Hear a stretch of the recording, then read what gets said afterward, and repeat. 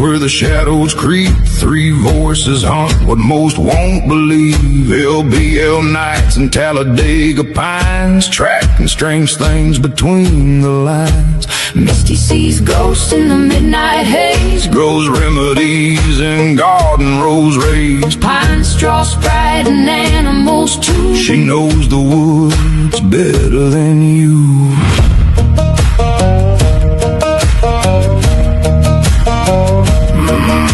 Greg made peace with the boogers one night. Now they steal his deer clean out of sight. Spencer studies every sound and track. Don't say dog man, he ain't having that. They hear your stories from across the land. Campfire truth from everyday man.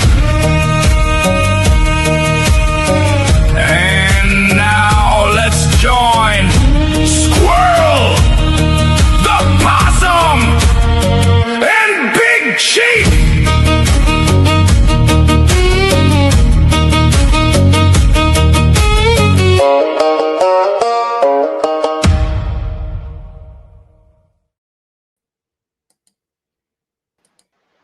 Okay.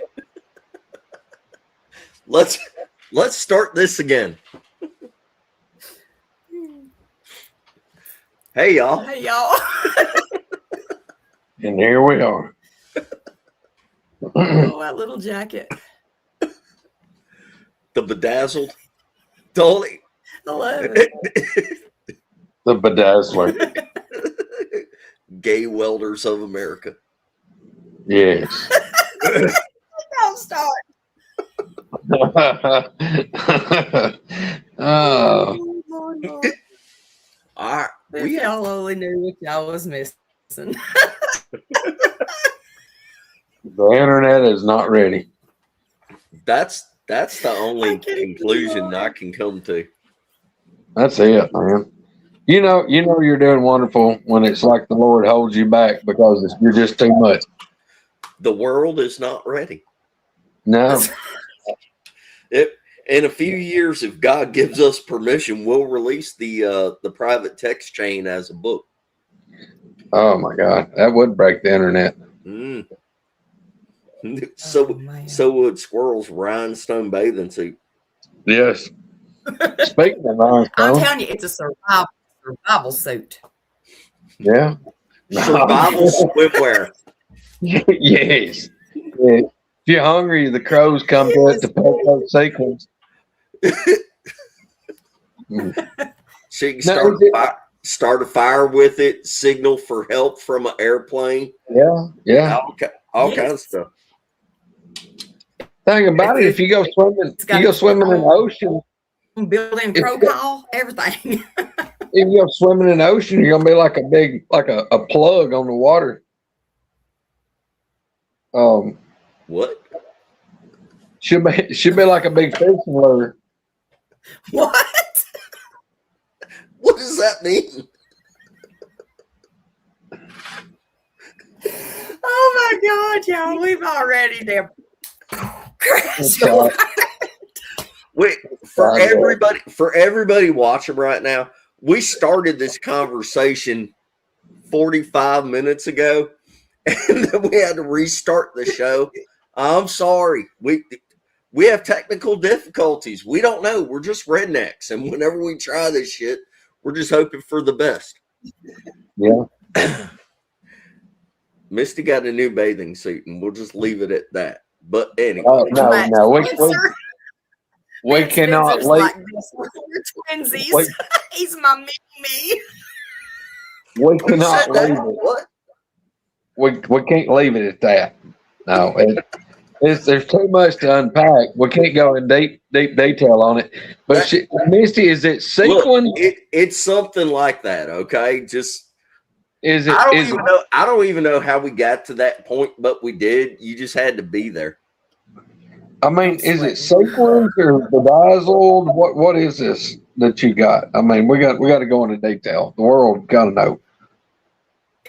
Listen, I seen it and I had to have it because of Spencer's jacket. I love his jacket. I'm jealous that I don't have one. You are so full of shit. Oh my gosh! No, we match. See, twins. Me and my little I bestie over here matching. guess it's better than being in a backpack Bjorn. All right. Oh, I've got pictures of that too. I ain't seen it. I can post that. You got a lot of bull crap. All right. Are we going to get this? Is supposed to be a serious show. Well, it may be. Nobody in the Bigfoot world respects us because of this. Oh, there's a bunch of reasons nobody respects us. I know. It could be one of many. This is the least of all of it. Yeah. There's, We're going to have gay welders sending us hate mail now. Yeah, that's your fault. It's okay. Oh my God. Okay. All right, let's get on with it. So, y'all, hey, thank you everyone for being here. Stop it, squirrel. Squirrel down. I'm just thinking we need calendars of all this. Why are we in circles? I don't know. We went through this like 30 minutes ago. But why do you 'Cause I keep made doing it? background. We're live now. You were messing around then. It's been that way. You're killing me. Hold on.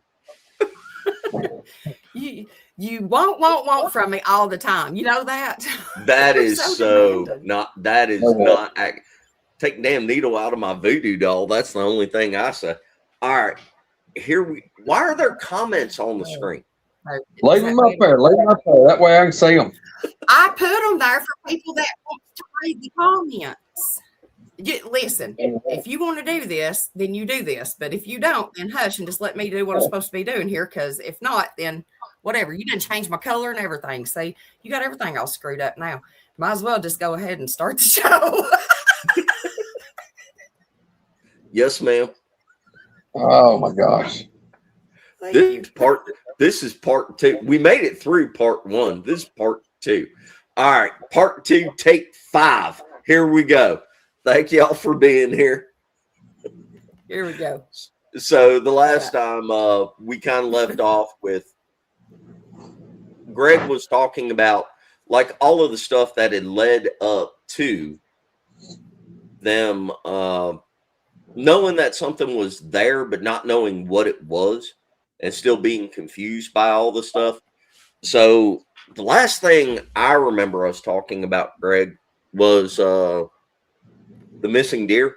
Whenever you down the deer and you went to get the truck and come back to get it, it wasn't there. And something like that happened with your dad too, but I think it was later on. But so whenever you're missing a deer, what happens after that? I mean, it has more mass confusion on what we were dealing with, main thing. But yeah, it things slowly, and I mean this really, it slowly progressed. And I talked about how that, I thought it played a part of it that, that we were kind of imposing, that we'd come in there on a piece of property where nobody had been messing with them. And I really believe that growed up thicket because, it was 40 acres and it was surrounded by big timber. And that 40 acres was just an absolute jungle, just grown up vines and just it was a clear cut that came back voluntarily.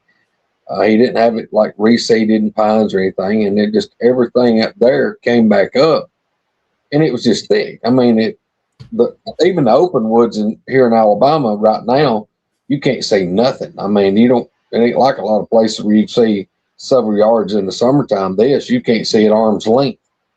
And, but it was just a grown up mess. And I really believe that these things were coming in there on that property and it was just kind of like a safe zone for them. They could get out and plunder around at night out in the open woods and do what they wanted to. And like probably during daytime, they could go in this thicket. First off, a human trying to go in there was going to make all kind of noise. You couldn't see. So, if somebody tried to go in there on them, they were going to hear them. I mean, these things will go through the cut over and not make any racket, or sometimes it'll sound like a bull coming through, but they can move through it really, really quiet if they want to. So, I mean, I think it was just a safety deal for them. And I think it was kind of like home base. And I don't think it was home base like, 365. I think it was because it's like they don't stay in the same spot all the time. I mean, they may stay somewhere for a few weeks. Then it's like they would leave and then they'd come back.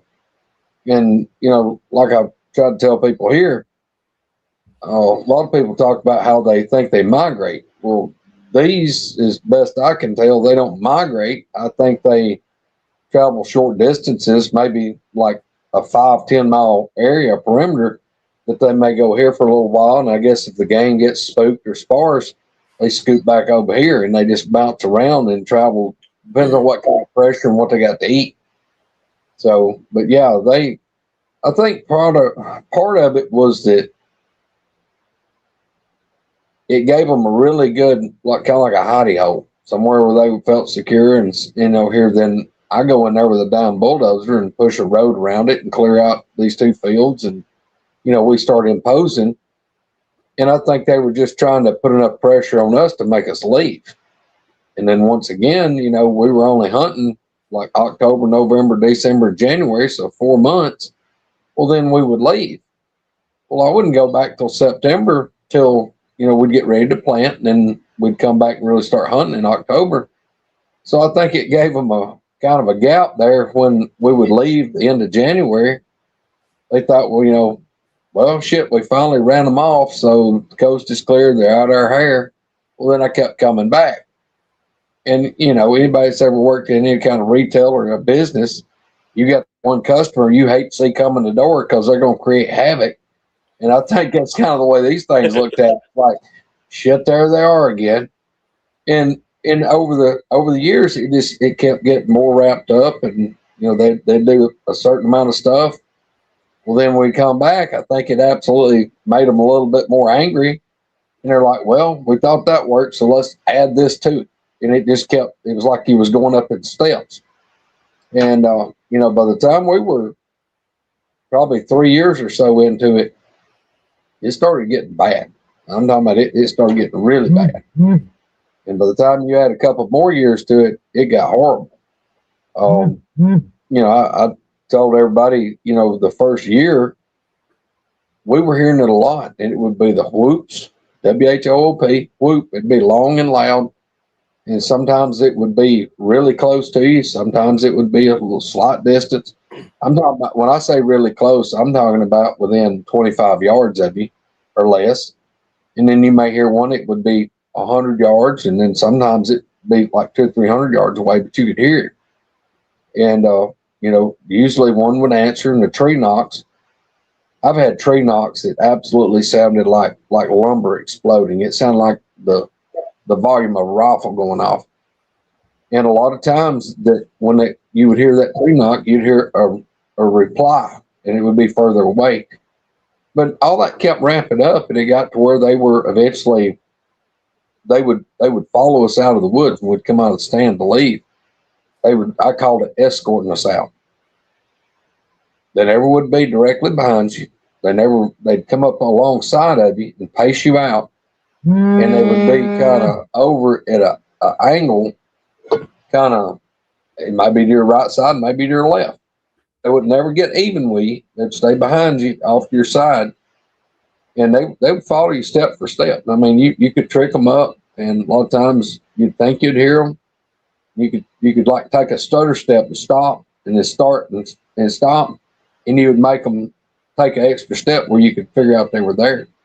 And then you'd hear, rustling in the bushes, and they would follow you. I've had them follow me like 300-400 yards. And, but they didn't get crazy. I mean, it kept ramping up. Well, add another year or so into it, and it got to where they didn't give a crap if you heard them or not. They'd be over beside you breaking limbs and pushing saplings out of the way. And then they got to where they would absolutely antagonize you and like make you leave. They would come in and get around the tree stands that we'd be in, and they'd start huff grunting or growling at you. They got to where they'd throw stuff at us. I've told people about being hit with a hickory nut. I mean, I had a hickory nut that's still in the hole. That thing hit me right right here on my spine, hit about where my collar was and bounced, went straight up and come back down. And I had my rifle laying on my lap, propped on the stand, and that hickory nut hit that, come back down and hit the rifle and stopped in my lap. Well, the thing about it, I wasn't in a hickory nut tree or a hickory tree. I mean, I was in an oak. Tree stand was on an oak or a poplar one. I can't remember if it was an oak or a poplar, but anyway, it wasn't no damn hickory nut, and they wasn't a hickory tree anywhere around me, like nothing, because it was just a few trees that were left. That's like a little clump that when they first clear cut it, they weren't big enough to cut, and then a few years progressed, this trees got a little bit bigger, and it was just like some standalone little trees.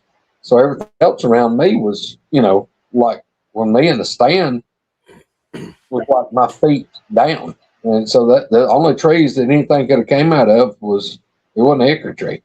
But when I was sitting there, I seen something come flying by my head to start with. And it come streaking by, and it hit out in the field and was bouncing. And I just froze. I was sitting there just moving my eyes watching this field, and I was froze. This thing come streaking by and hit way out in the field and went to bouncing. And the first thing I thought, it was a rock. I thought, at least whatever the hell this is throwing a rock at me. And here in a few minutes, probably wasn't a minute. The thing hit me on the neck and bounced up and then landed in my lap. So, and I've been in the woods and had stuff thrown. It may not come by me, but there'd be stuff just come out of the wood line, just come arcing out in the field and hit, just start flipping. I had one day when it threw it. This thing was I'm not going to say a rotten log, because it wasn't really rotten, but it was really weathered. All the bark was gone, and it'll turn gray. Just been laying there like a piece of wood. It kind of get hard. This thing was about that big around, and if it had been straight, it would probably been 3.5, 4 feet long. But honest to God, it was like kind of like my elbow right here, like my arm. It stood have been straight. It was bent. And it was near like a boomerang. One end was a little bit longer. And I heard, you could hear like woof, and you could hear this thing going through the air, and it's going whoop, whoop, whoop, whoop. And you could hear it clipping these little pine saplings, the limbs, like the pine straw and stuff. And whoop, whoop, whoop, whoop, whoop. And I jerked my head and looked, and this thing's about 20 yards from me, comes out of the wood line, and it's not going flat like a boomerang, it's going end over end. So it's tumbling. This thing arcs way out in the field, like probably 35 yards or further.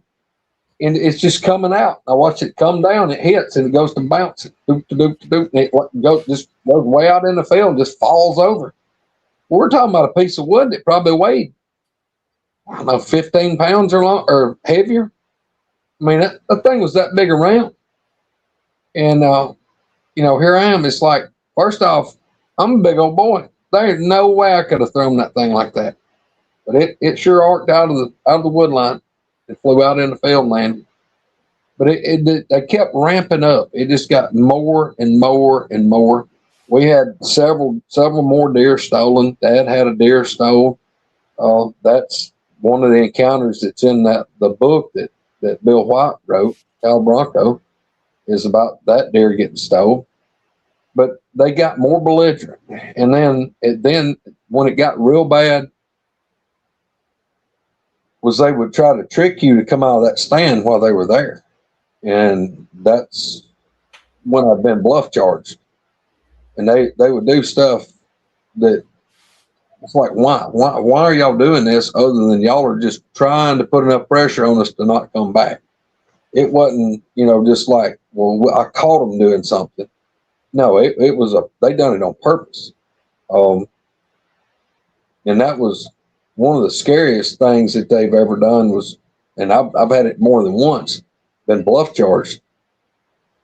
And, to paint the picture of the growed up cutover, it's super thick. This was 40 acres, and just about all of that 40, there was a few strips, a little bit of woods that they'd left, kind of like in the drainage where a little branch or something they couldn't, on account of erosion and stuff. But it was pretty much most of this, I'd say 36 acres, this 40 had been cut over and then grew back up.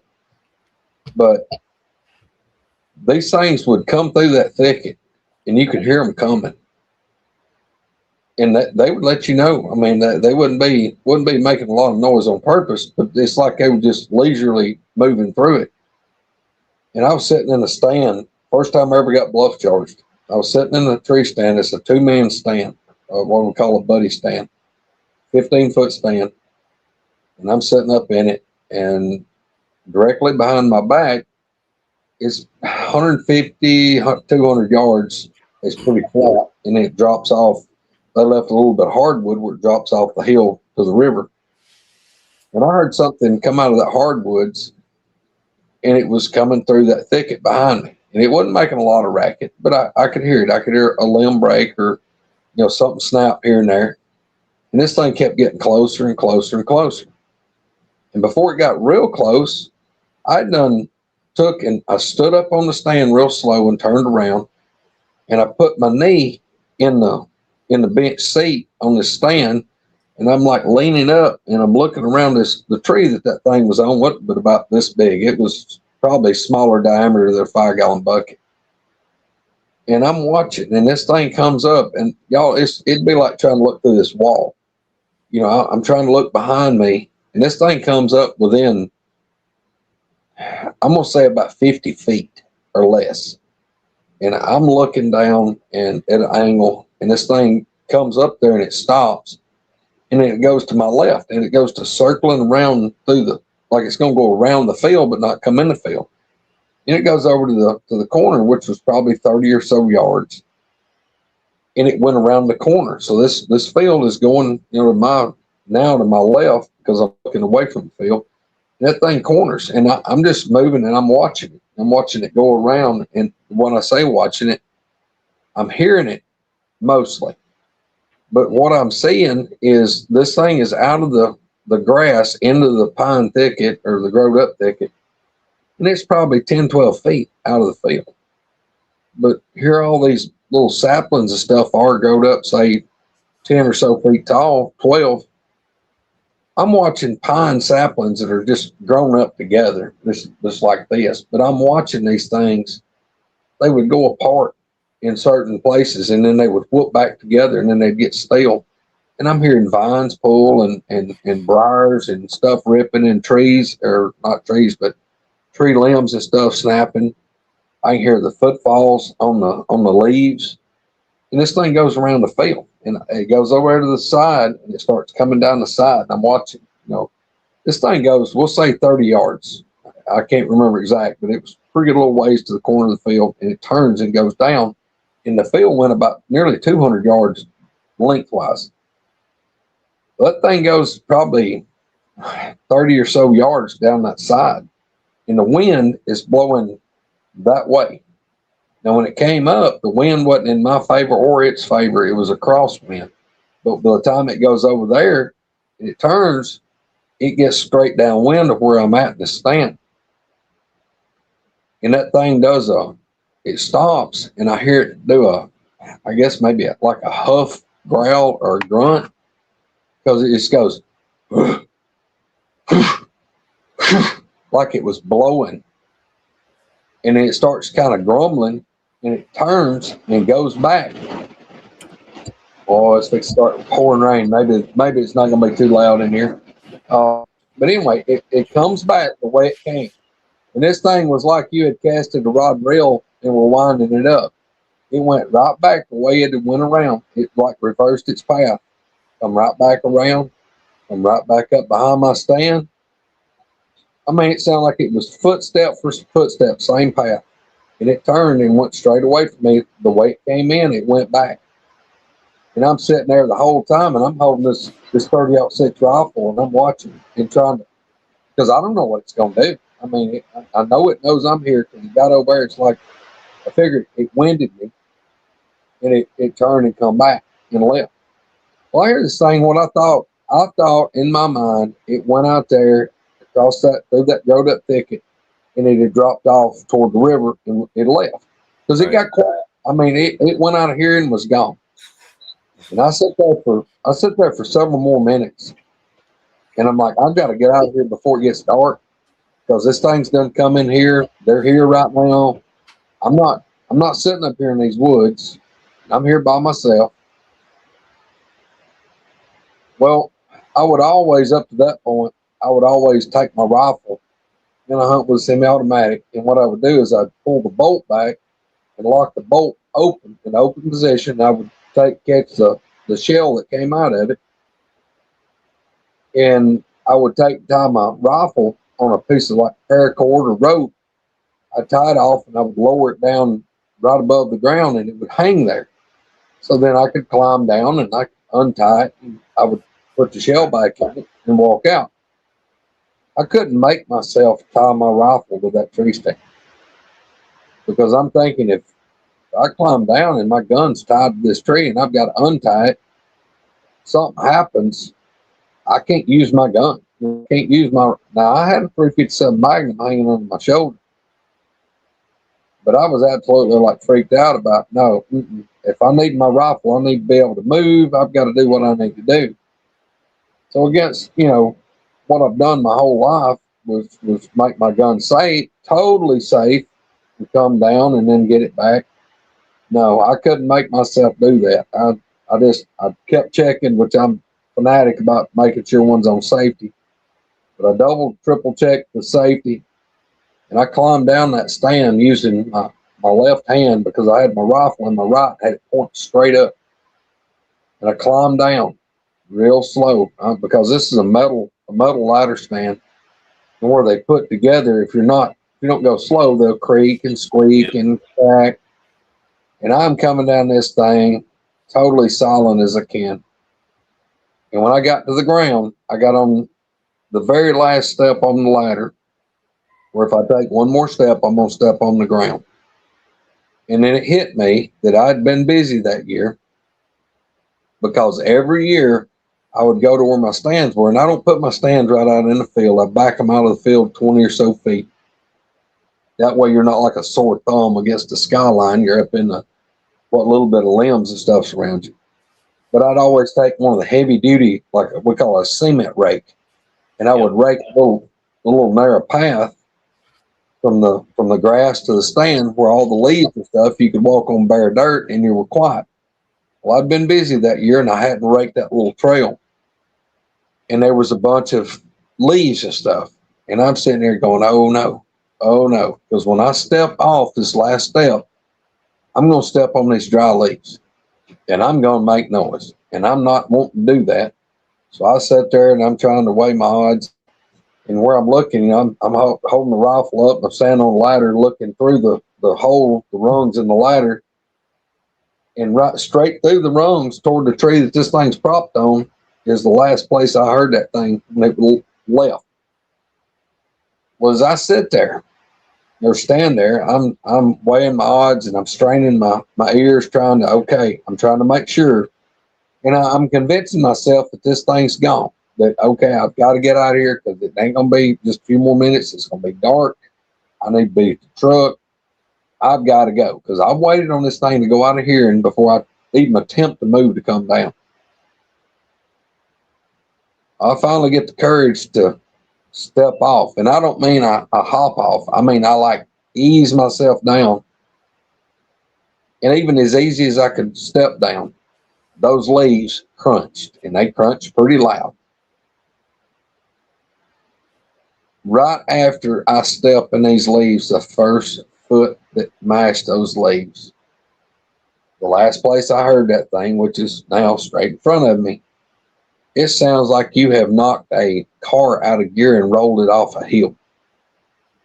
There's the most god-awful noise of just, it's like a boulder rolled off a hillside, just breaking timber and tearing stuff up. And it instantly, I know this thing, here it comes. It's coming to me. And y'all, I like full-blown panic. I turn the stand loose and spin and take off running. And I've told people I'm not a speed demon, but I run as hard as I can. Now this thing, mind you, sounds like it's 150, we'll say 150 yards through that cutover. I whirl and run, and I can hear it coming behind me, and it's gaining on me fast. I mean, like horribly fast. I'm on open ground. I mean, I cover like 20, 25 feet. I'm in just grass this tall in this green field. Y'all, by the time I could run, we'll say 20 yards, maybe 25. It wasn't far. I mean, we're talking about years ago. I can't, the distance is a little fuzzy, but I didn't run far. This thing has done got so close. I'm like, oh my God. I plant my left foot and I spin and I come around and I come up with my rifle and I've done flipped the safety. As I'm coming up, I flipped the safety off and I've done stepped in a shooting stance. And I'm like, this thing's fixing to bust out. And I'm talking about it's at the edge of the field. And the thing, as soon as that rifle came up, that thing stopped. And that thing is not happy. It is having a fit. It's huffing, it's growling, it's grunting, it's mumbling, it's breaking stuff. It's like it's stomping the ground. It's like it's stomping. And it's doing all these sounds. And my God. Let's go into that part real quick, because I think a lot of people don't understand anything at all about, like, whenever a booger throws a tantrum, when it's right there letting you know. It just describe it in detail, because I don't want people to misunderstand what you're saying about, like, just that. You're not even seeing it. It's just right there and it's raising hell. But, like, go into detail about how loud and how forceful it is whenever they do that. Especially that thing was sitting there or standing there. I could not see it because it's got dark enough. Now, out in the field, I could still see across the field good. But when you're out in the field and you're still getting a little ambient light, but up in there where the stand was, like I said, it's back down the field 20 or so feet, 25 maybe. Up in there, it's shaded. So it's dark. I'm talking about, like, I can see just glimpses of movement, but I can't even make out an outline. But I'm seeing, like, the tree limbs and stuff, I'm seeing them move, and it's like something just shoving through it. And this thing would sit there, and it was like it started off. Now it was pissed, but the longer it lasted, the worse it got. And I'm still standing there, and I've got my rifle up, and I'm watching, and I've got my fingers straight, and I'm like, oh my God, oh my God, oh my God. And I'm just kind of like looking over the scope. I'd look through the scope, look over it, look through it, look over it. I still couldn't see nothing. That thing had ran directly to my tree stand. I'm talking about straight to it. This thing was like going back and forth, like at the tree that my stand was leaning on. It ran directly to where I was at, where I had been. And the thing was back there, and it was going, and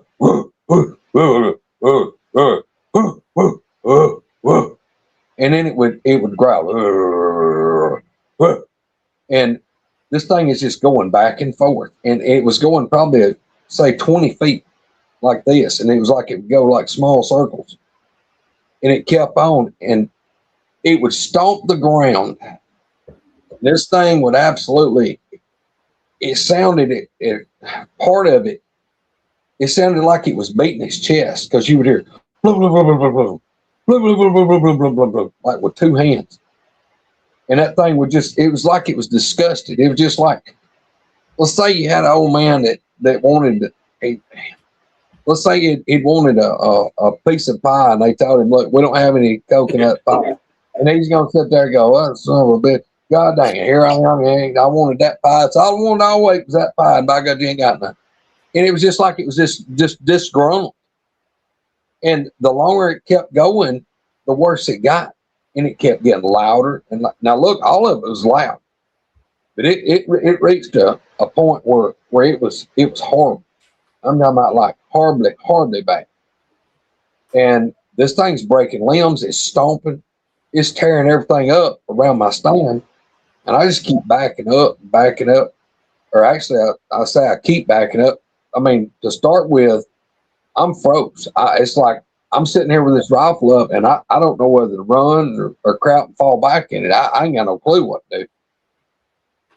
This thing is absolutely losing its crap right there. And it was, I'll tell you, and here's the other thing that weighed on me really bad. I mean, I'm not far from this thing. Like I said, we're going to say, I'm going to say 60 feet would be a stretch. When this thing came running up in there, when I got stopped and planted and jerked my rifle up, this thing it didn't make many more steps. I'm going to say it made less than 5 or 6 steps. When I jerked my rifle up and I've quit running and I've spun it like this, it made maybe 4, 5, 6 more steps. But when that thing's feet was hitting the ground, it was making the ground vibrate. I could feel its footsteps. This thing was big enough that distance that I could feel the ground every time a footfall would hit. And it was kind of like, I was raised up out here in the country, and we had cattle, we've had horses, we've had all kind of animals. If you've ever been somewhere close and somebody ride by you on a horse close, how you feel the hooves hit the ground, that's what happened. I was feeling it. Not only was I hearing it, I was feeling it. So this thing was big enough when it was running and me that distance away, I could feel the footfalls. I could feel the ground shake. That was totally out of my wheelhouse of something being that far over there, and it's that big that it's making the ground shake. But y'all, it was like I guess you'd call it a Mexican standoff, because I didn't know what to do. I mean, that was the first time I'd ever had that happen. And it made it very clear to me that I was not welcome at all. And I was plotting and planning on how to save my own skin and get out of there. And I started backing up. I'd back up. But part of it in my mind was what Bill White had told me. He said, if you have these things come in there, said, don't get focused directly on them. Said the one that's making all the noise and making the racket, or the one that you're paying attention to. He said, if you even have one that you hear it walking, or you think that's it, when you're focused on it, if that one is making the noise, he said, don't just focus on that. He said, you better be doing a 360 degree and looking for what you hadn't figured out's there. So in my mind, that's where I'm stuck is, okay, this one's doing all this display of, we'll call it display of violence or strength, whatever you want to call it. Is it just because it's mad, or is it's mad and it's getting my attention for something that I don't know is here? So I've got this rifle, I've got it pulled up, and I'm looking around, I'm watching it, I'm looking, which it kind of made me feel like, I guess, a false sense of safety, because I've got out in the field. And I know there's nothing for anything to hide behind, because it's got to cross this opening to get to me. And I know where it's at. It's right here where my stand is. But I start backing up, and I'm backing up. And I'm continuously, and I've got to go straight back behind me to where the road, it goes back into this cutover to go out to my truck, which is about 200 yards. I back across and back across and back across, and I covered that distance. And it was probably from there to where I went into that road, we'll say 30 more yards. Then you went into it where it was just, like I said, it was a hallway. It's 12 feet wide, and it'd be like a hallway with no roof, because it was just that thicket on both sides. Well, I back across, and by the time I hit that opening, I realized that, I look, this whole time, this thing's been having this fit. But like I said, I'm trying to plot and plan how to get the next 200 yards to the truck. When I get to that opening to go down that road out, I realize this thing is not in the same spot. He's not there at my stand. I say it may have been a female, I don't know. It's not there anymore. This thing is going around. I'm hearing the grumbling and the mumbling and the stuff breaking, but it's going around the field. And that's where it was when it went around me before, when it came in the first time. It's going around the field, and I'm going, oh no, because it's going to skirt this field and I've got to go through this narrow path to get back to the truck. So what it done is I'm going down this way. This thing's over here. It loops around the field. It comes down. So we're coming down like this. And the trucks say down here at this name tag, you know, I come straight, it loops the field and catches up with me. Y'all, when I back up in that and I got a little bit of brush where I knew it couldn't see me anymore, I'm still hearing it going around the field, and I realized this thing's moving pretty quick. I flip a safety on that rifle and just suck it into my chest, and I turn and run. I go 200 yards as hard as I could go, and I can hear over behind me, this thing's crashing. I mean, absolutely crashing through. It's gaining on me, and ain't a damn thing I can do about it.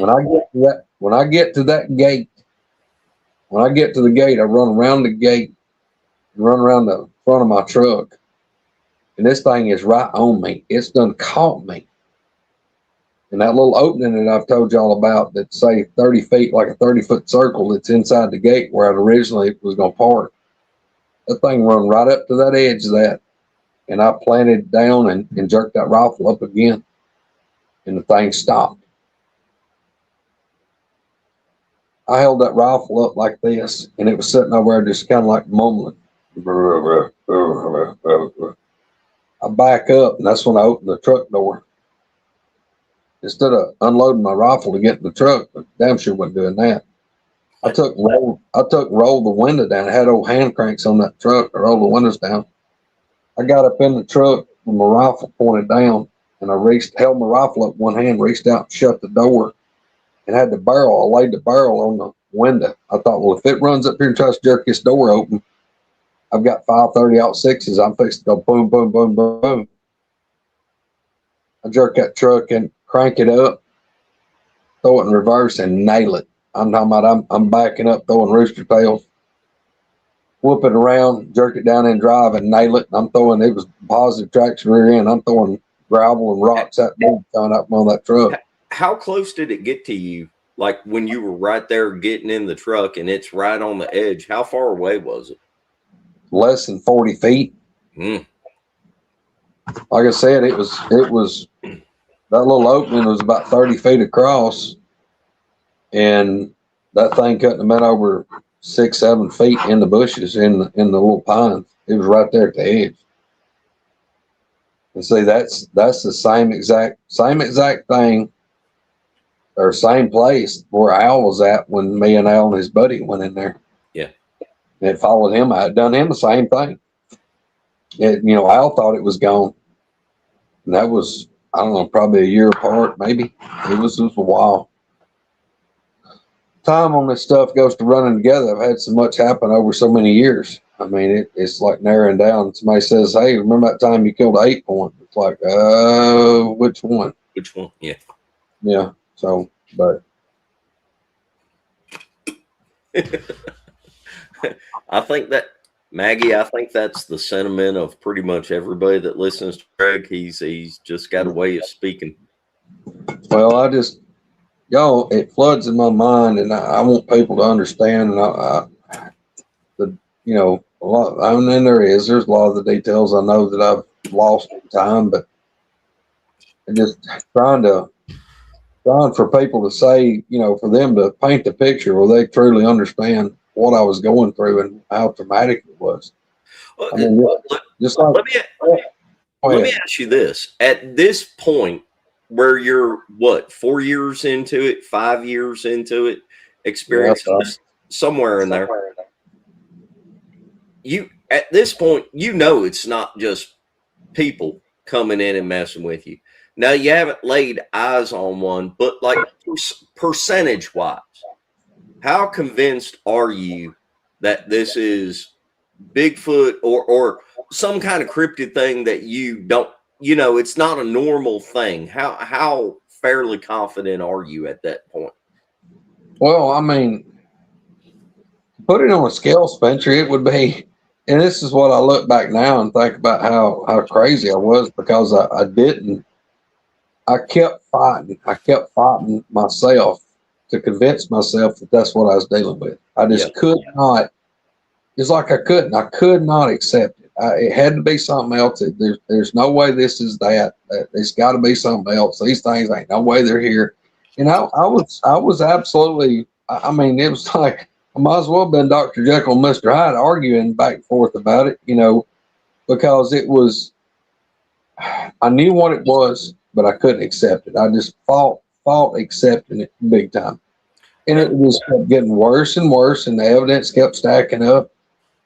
Even with that, I mean, you know, 2000 June, I think it was June the 4th, June the 6th of 2000, maybe been June the 6th of 2004, when I took those Polaroid pictures of that footprint that was over there.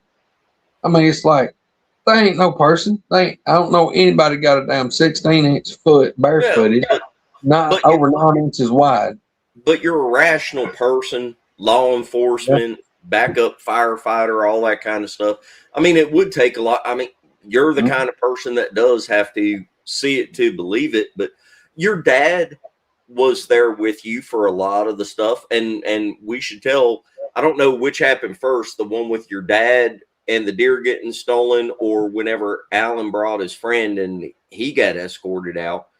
But you've got these other people. What were they saying? Were they confirming the same things that were happening to you, and you're still kicking it around your head going, there ain't no damn way? I can't even hardly put it in words how silly I felt, or just almost embarrassed, because even my dad, you know, like me even bringing it up to talk to my dad, who had been there with me on so much of this shit. And, you know, he was as puzzled as I would. Me and him would talk about it. I said, well, Dad, what is this? What in the world? He said, I don't know.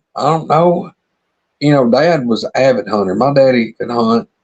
He hunted everything that you could hunt in Alabama in his whole life. I mean, a whole life. And he was like, this don't make sense. He said, I don't know what this is. And me and him would sit, just me and him would be driving down the road or something. I'd say, but Daddy, what is this? It's whistling, it's growling, it's following us out of the woods. And, you know, now it's got bad. And, you know, then we got this footprint, and, you know, we've had this deer stone. And it's like, he's like, well, I don't know. And I told him, I said, well, I think I know what it is. What do you think it is? And I was absolutely ashamed to tell my dad, who had been through all this shit with me. Yeah. Of, you know, it's like I couldn't say the words Bigfoot, but I finally did. I said, Daddy, I think it's a damn Bigfoot. And, you know, he didn't do what I thought. I was waiting on, yeah. He said, well, it kind of makes sense. You know what else could it be? I was like, you know, Daddy was always the voice of reason. Right. And, you know, I didn't know how that conversation was going to go, but, you know, I really was, I was super lucky in a way, because Dad and Alan both had experienced so much with me. They had experienced so much themselves. You know, they were just like I was. I was lost. I mean, and, you know, telling Al, I said, dude, this is we're dealing with Bigfoot. And he said, well, by God, we're dealing with something. And, you know, then it just kept adding up. But, you know, and they did. They got to where they were so belligerent. You know, I try to tell people, I agree. These things could have had me. They could have. I wouldn't be here right now if they had just been, hey, look, we're done with him. Let's just snatch him up. We'll pop his head off, eat him, throw him in the creek. We'll do something. Yeah, I wouldn't be here. Now, does that mean that I think that they won't snatch people? Nope. I think it's probably opportunistic and depends on what happens. I think a lot of it depends on how the person acts or what they do. Yes. You know, yes. I said, now, I've tried to tell people, could I have shot one? Yeah. Oh, yeah, I could have put rounds in one. But have I? No. Did I want to? No. Because one of the main things that Bill White told me was, he said, son, look, this was him sitting on my front porch. The famous Bill White Tal Bronco sitting on my front porch. He said, son, I'm going to tell you something. He said, if you ever have to shoot one, it better be a have to. And he said, as soon as you shoot that one, He said, as soon as you think, he said, whether it turns and runs or if it piles up, you drop it right there. He said, you're not worried about that one any longer. He said, you're worried about the ones that's there that you don't know is there. And I'm like, light bulb, blunk. I'm like, uh-oh. And that's what he stressed to me. He said, these things, he said, they may not be walking around like side by side. He said, but they're never going to be very far from another one. They're going to be within sound distance at least. He said, if you shoot one and it goes to screaming, or you shoot one and it goes bad, he said, you're probably going to have to deal with several of them. And he said, that's when it's going to get interesting. So I don't know. I mean, I've held it off at all costs. It's going to have to be like one fixing to grab me up, tote me off, or grab family or somebody with me. Then it may go south. Yeah, I guess I'll burn that bridge down when I get to it. But I don't want to. I mean, I've never wanted to have to shoot one. It would have to be a have to.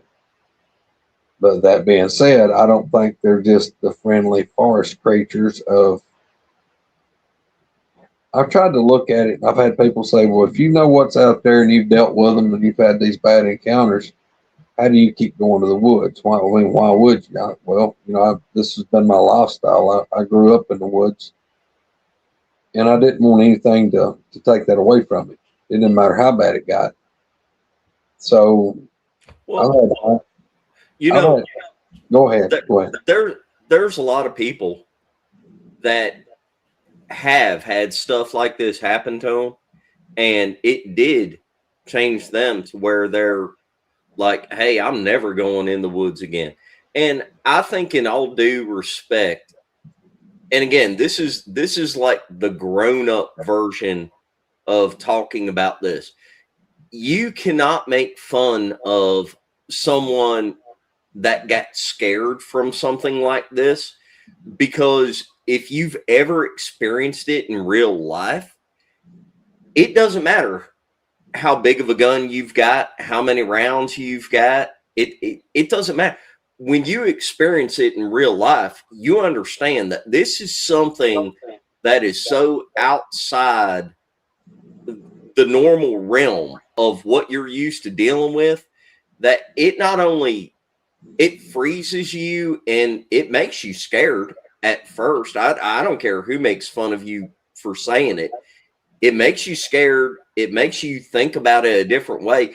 And it's a whole mental process to walk yourself back down and go, no, I'm going to keep doing it. But for the people that did get scared and are still scared or nervous about it, we should not, in the Bigfoot community, we should not be making fun of those people, because the real life thing is, it hits you on so many levels that you instinctively understand that this thing is, it can do whatever it wants, and there ain't a whole lot you can do about it. And there's all these people that talk about, oh, I'd go out there and, shoot it in the head, or I don't even want to get into that part of it. I'm just simply saying it's a mental process you have to go through yourself once you've experienced this, to make the decision to keep going back out there when you know these things are there, because it shakes your foundation whenever you really understand that these things exist. And it's not a joke. It's not a plaything. It's not something to treat lightly. You know what I'm saying? It's just, you see a lot of people in the Bigfoot community that are like, oh, I go out with a 300 Win Mag and I wouldn't worry about anything. Bullshit. You've never been around one of these. You're right. Well, my deal with Spencer, I've had times just like that right there. Well, when I'd get back home and I'd go in there and just sit, your mind's replaying everything you just went through, and you're absolutely pretty much in shock over it. I've had times where I'd sit there and I would be talking out loud. It wouldn't just be a thought. I'd be like, I'd be like, honest to God, I'll sit there in my chair. I'll sit in my chair with my head laying down going, you're a stupid son of a bitch. Yep.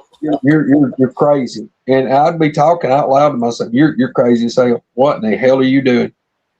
And and then you're like, oh dang, I'm not going. This ain't worth it. I'm going to die. You're sitting there talking to yourself, with your head down, and you're going, you're rolling all this around what just happened and trying to process it. And you're going, shit, I just nearly died. I just about didn't make it. God dang, that son of a bitch just nearly got my ass. My God. And then you're like, and you're sitting there decompressing it. Me a grown ass man, pretty damn burly grown ass man, and I'm sitting there just shaking, just sitting there shaking. And dude, sometimes it'd take me 3, 4, 5 days. Sometimes it'd take me 2 weeks to get the courage to go back to the woods. Right. Yeah. And the more I thought about it, the madder I'd get. And I'd be driving down the road at work, and I'd be madder than hell about it. And I'm thinking, for a grown ass man here in Alabama, and I'm going, you chicken shit. Damn, you ain't letting that bastard take this away from you. This is all you've ever done your whole life. Go, and you're reading it, and you're trying to make sense of it. Well, by God, I've been all right my whole life. I've been in the woods day and night. Didn't matter, rain, shine, snow. I've made it out all right, and I made it out this time. And you'd finally talk yourself into going back. And it's tough. I'm talking about it's hard going back, but I went back. Now, I ain't gonna say I didn't arm up. It was like, instead of carrying the rifle and 3 or 4 extra rounds, you go back to the woods with your rifle, and you got like 3 or 4 boxes of shells plus extra shells in your pocket, and you got, instead of my handgun with like 7 rounds in it, I've got 7 rounds, and I've got 4 speed loaders. Yeah, I got speed loaders in every pocket, and you're not carrying the little double A mini mag light no more. You got a goddamn Q beam. I'd have been going around the tree stand with those little tripwire booby trap things that hit a shotgun shell. Yeah. But you just kept trying to be more prepared. I'd try to. There for a while, I'd go. I wouldn't go hunt by myself anymore. I'd make sure Al was going, Dad was going, or somebody was going with me. And I didn't want anybody else to go over and hunt.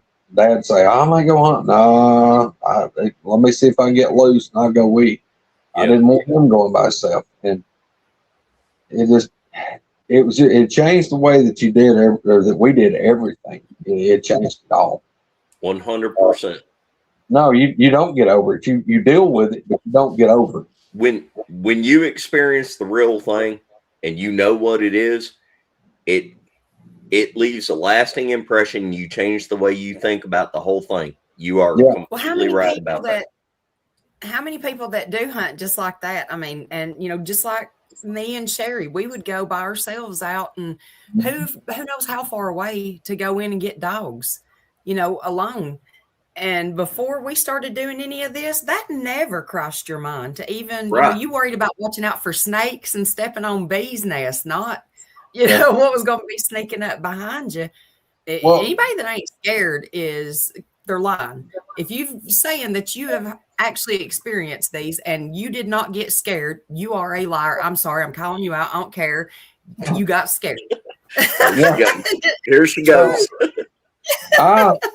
One thing for me, I had to deal with it with the fact of, I looked at it that, okay, these people, here in Alabama, up till just a couple of years ago, we didn't really have bears here. And y'all, I'm 52 years old, and I've spent as much time in the woods as anybody around.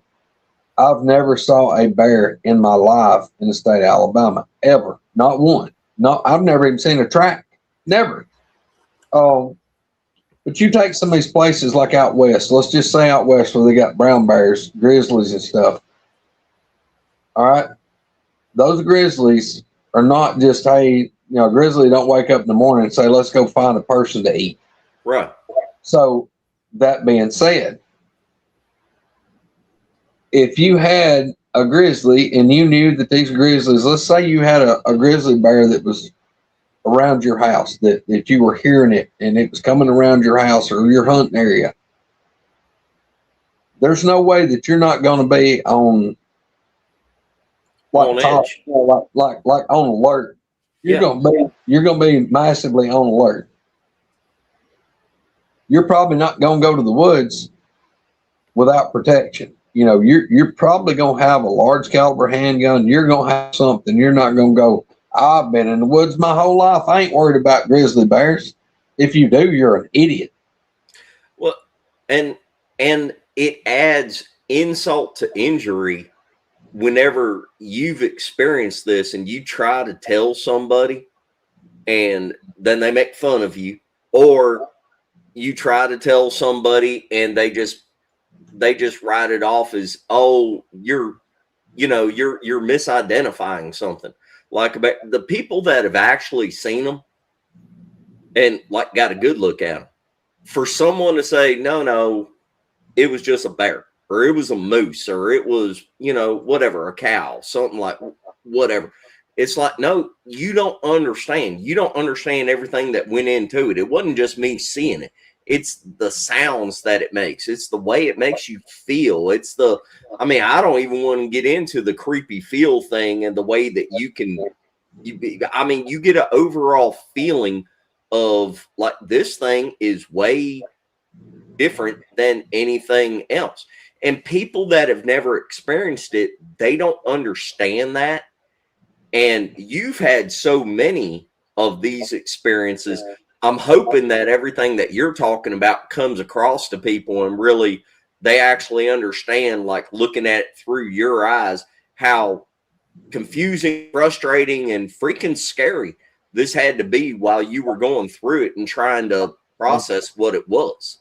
Well, like I said, man, I was grasping for straws, hanging on to the last thread before I could absolutely 100% even tell myself that that's what it is. That 100%, this is what it is. It's all it can be, because I could not see one. I could not lay my eyes on it. And like I said, I've had these things so close to me. I was walking out that one night, and that one huff grunted at me. I was walking out the same road that one that chased me. The road went out and it had just a little bit of a turn to it, and you could go out, like I say, it was 200 yards. You went probably, 120 yards, and then kind of made a little bit of a curve, and then it was the last 80 was where the truck was. I'd walked out, hadn't had anything happen, nothing. I had my rifle, I was holding it, laid it across my shoulder. It was pointing behind me, barrel pointing up, and it got right at dark. It was the moon, it was bright. And it was that weird part between daylight and moonlight, and you could see still pretty good to walk with no light. And I was in there a little bit longer, but I stayed a little bit later because I hadn't had anything happen in a while. But I didn't need a light. I could still see in the field good. I'm walking out. Like I said, it's like a hallway. It's 12 feet wide, 6 foot with a bush hog, 6 foot out, so it's 12 feet. I'm in the middle of this road coming out.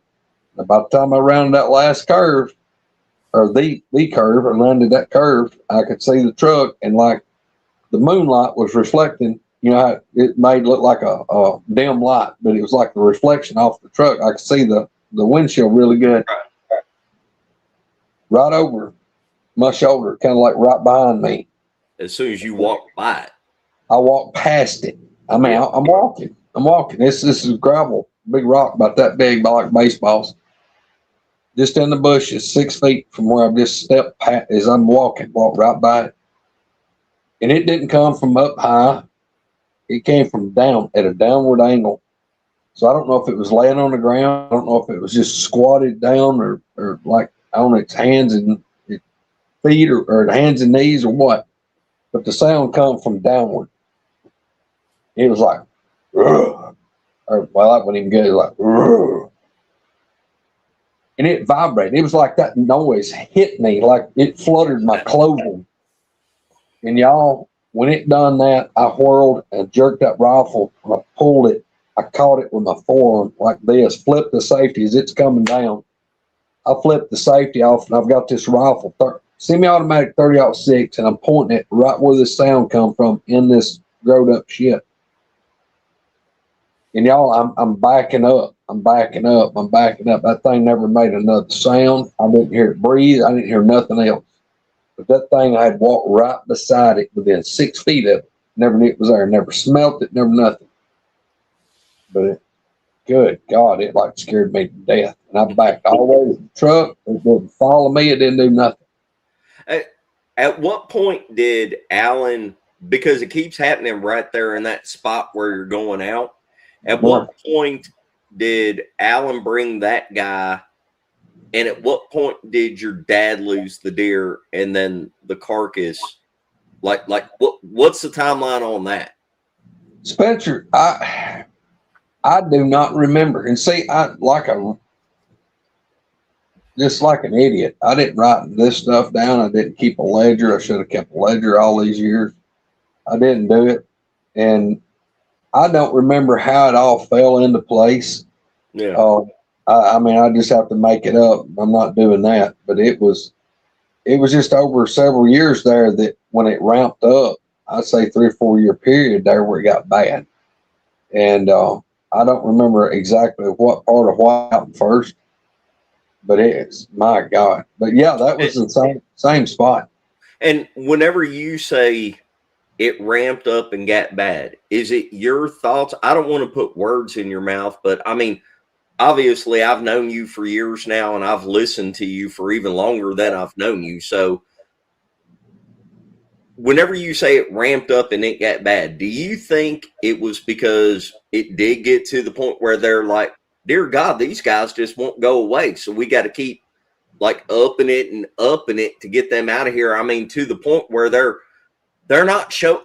And I think it's interesting. I think it's a point to be made that they never willingly showed themselves to you. Yeah, I think that was the biggest part of it. I mean, I honest to God, what I stick together, like I said, I think that they thought from year to year when we would come out of there, you know, the end of January is like, oh shit, we got rid of them now, boys. They ain't coming back. Yeah. Then you give them 6 months, it's like them bastards. There they are, song gun. Now what we got to do to get rid of them? Mm-hmm. I mean, that's the way it made me feel, and it just got worse and worse and worse and worse. And the thing about this is, and I've said this a bunch of times, I don't mean it got bad and just every encounter was horribly, terribly bad. And just every individual encounter just got worse right then. Because they're the last, let's just say 3 or 4 or 5 years of it before we kind of accidentally made peace with them. And then I'll explain all that later. But I may go over there.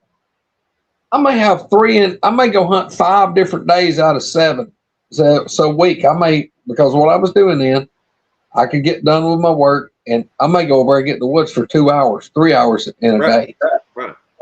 So, and look, it wasn't but about 7 miles from my house. So I could run home, jump in the truck, take off, go over and just get in the woods real quick, hunt. I may have encounters 3 out of the 5 dates that I'd actually hunted that week. This week, I may have 3 encounters, and it'd be benign encounters. They'd come in, they may whistle, whoop, tree knock, whatever. They may escort me to the truck. It was just like they'll let me know this there. Yeah. I may have 1 encounter would be benign. The next day, go in there and have an encounter, scare the shit out of you. That act stupid. Just be like mean as hell, mad as hell. I may give it a week, go back, and it'd be benign. It may have 3 benign encounters over 2 weeks. It was like, well, let's roll the dice. You didn't know. And look, I couldn't figure out if I was doing something that like maybe this time it really pissed them off, or if I was dealing with a different one. You know what I'm saying? I don't know if this time I'm dealing with the one of them that's kind of calm, cool, collected. He's like, hell, they ain't hurt nothing. We'll just let them know we're here. Well, and exactly what you're talking about right now. Think about this. You were on a property for years where they were at, and you got to experience the whole thing up and down through years. If you compare that to like you've got thousands of people that had a single encounter. And they're like, oh, this is what happened to me. and it was really aggressive. Then you've got another person that is like, this is what happened to me, and it wasn't aggressive at all. I just saw it walk across the road in front of me.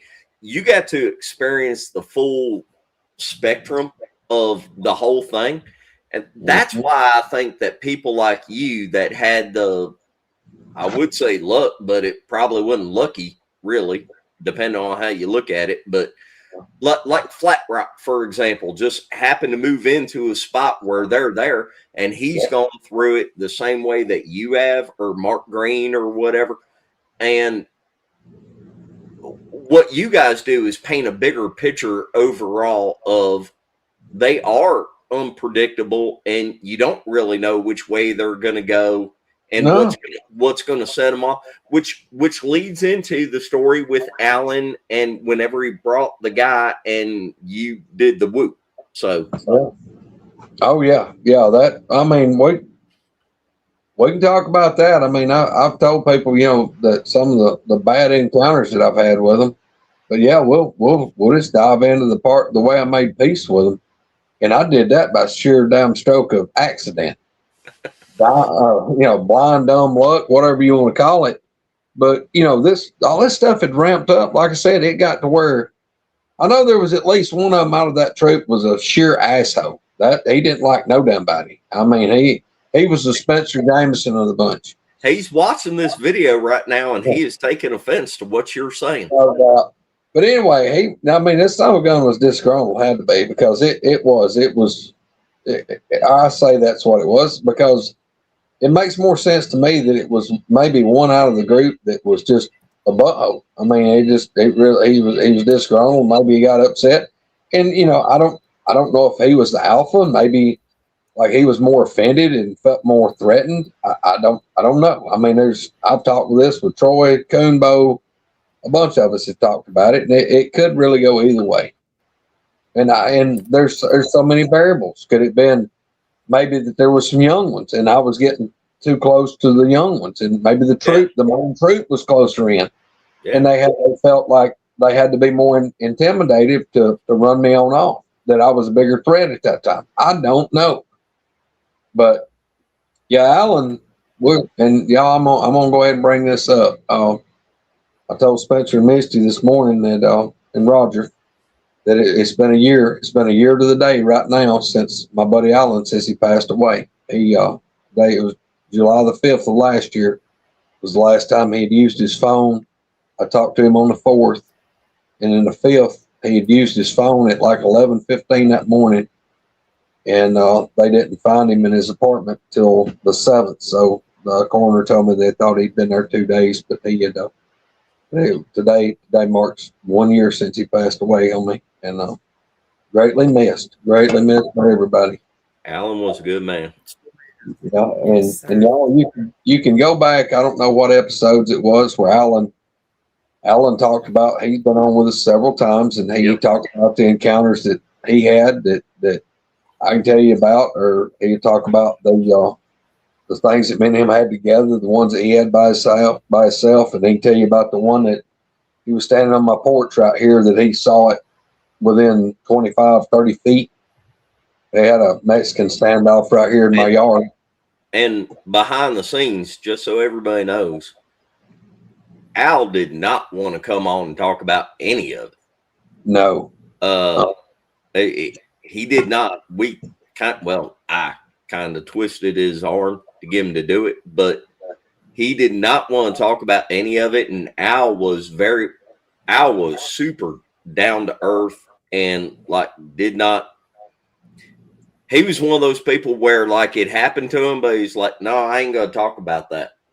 And we're lucky that we got him on here. In fact, I think it was Katie G's episode that, and I was trying to get him to talk about what happened at Greg's man cave.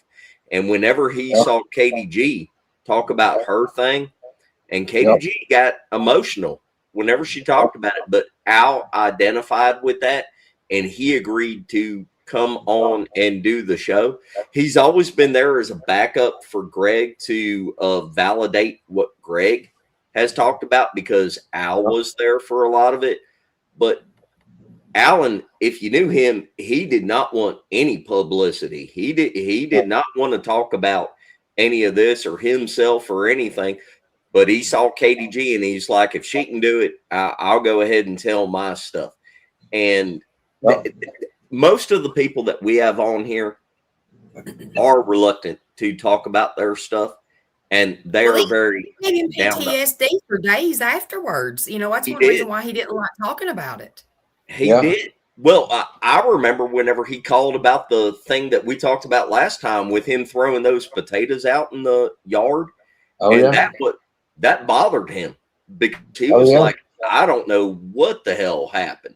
He literally thought that was Greg beating on the side of the house. Yeah, and that was in the middle of the day. That was a broad daylight, right at noon. It was beating on it. He said it was. He thought it was me beating on the door. I'd locked myself out. He'd went to the restroom. Alan was a good man, and he is sorely. We need more people like him in this world. He is sorely missed in this. Yeah, but y'all, he was something else. My God, me and him would talk. I mean, about what we went through and about the people that we'd met, and y'all, it really did. This whole group of people really meant the world to him. He'd made so many friends doing this, and he absolutely loved it. He loved everybody in it, all through. But but Katie,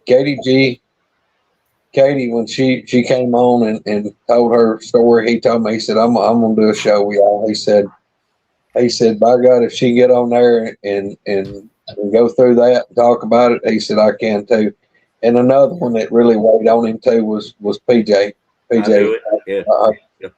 Yep, that was what he said. He said, by God, if I can do it, I can do it too. He said, there's people out there that need to hear what I got to say. And so y'all two ladies, definitely, PJ and Katie, y'all, I'm so proud of y'all for being strong as y'all were and showing and talking to everybody. And because it's tough. I mean, I got it. I mean, I'll just be honest with you, both of them, when I heard their stories for the first time, they had me broke down. I mean, because I knew what they were going through. And, but yeah, it's been unreal. It's been tough. I mean, like kind of dreading this week getting to it, but it's all right, man. I miss Owl all the time. I think, because I mean, he was a massive part of my life. He was absolutely like a bonus brother. So let's talk about the gate incident with Alan's friend and the motorcycle story. We gotta get to the motorcycles. I knew that was coming. Well, Alan, I mean, look, y'all. It is. I'm not gonna trim them down for time. I'll lay them out here as best I can.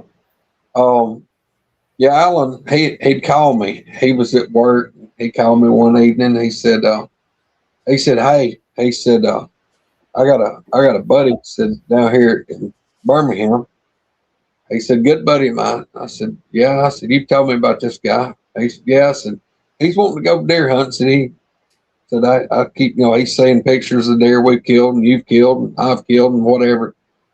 He said, he's wanting to come hunting. I said, well, okay. I said, and he said, be all right if I bring him up to go hunting with us. I said, well, that's fine. If he wants to hunt, bring him on. Well, I was like, did you tell him what we're dealing with up here? He's like, well, yeah, I told him. I said, what'd he say? He said, he just kind of laughed about it. Told me he didn't believe in none of that. So that was all bullshit. Said he didn't believe in it. I said, you tell him that it's real? He said, well, I didn't just like beat it in his head or nothing, but I told him. I said, well, here's the deal. You tell him that what you're telling him is absolute fact. What we've dealt with, and fill him in. And if he still wants to come up here and hunt, and that don't bother him, we'll take him hunting. I said, he's more than welcome. He's your buddy. I said, I ain't never met the dude. If he wants to come hunting, you bring him up here and we'll go hunt. Well, he lets me know that, yeah, hey, he's wanting to come hunt. We'll be up there this weekend. Well, he wasn't going, the way it worked out, he was just going to hunt like an evening hunt. He was going to come up here and we were going to go in that evening. Well, he gets up, I meet him, and, you know, Al introduces us and we're sitting there talking, I had a little bit of time to kill. And we were at my house. Well, we're talking and this and that. And told him, I said, you know, here just a little bit, guys. We'll go ahead and hit the woods and get you some hours in for a hunt. I said, yeah. I said, I like to go in pretty early. I said, well, most time the deer don't move over here till get late. You know, you get kind of late in the evening. But I said, we're getting there plenty of time. I said, now, Alan told me he told you what we're dealing with over here. This guy looks at me straight in the face, and he just kind of like grins a little bit and then drops his head. Yeah. And he put his head up and he said, I don't believe in that. I said, yeah, that's what Alan told me, that you didn't believe in it. He said, nah, I don't believe in that stuff. So, and he starts off with the same thing that everybody else says. Man, I've hunted all over. I've been in the woods my whole life. I ain't never seen nothing like that. I don't believe in that stuff. I said, well, dude, just because you don't believe in it don't mean it ain't real. Right. I said, same shoes you was in. I said, I was in the same place with it. I said, but I'm telling you what we're dealing with, and I'm telling you what's going on. So if you're okay with going over there, whether something happens or not, because I'm telling you, I ain't going to tell you something's going to happen, but I can't guarantee that nothing is going to happen.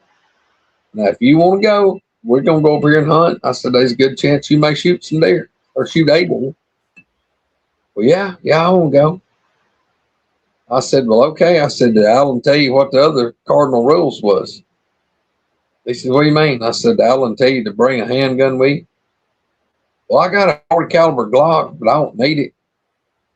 I said, oh, yeah, you're going to need it. Well, no, I got my rifle. I said, you bring extra shells for your rifle? Yeah, I've got some shells for it. I said, well, you know, I told Alan to tell you to, you know, you need plenty of shells for your rifle and to bring a large caliber handgun. I said, because if you're going in the woods with us, every adult, I want them to be armed well. That way you got a secondary weapon. I said, if something happens to your primary weapon, you got a secondary, you got to fall back. Well, I don't need it. I said, well, look, we're going in the woods. You go ahead and put it on. Well, kind of under protest, he straps his pistol on. Well, we load up my truck. We go over there. We drive, and it's, like I said, it's about 7 miles or so from my house, 7.5.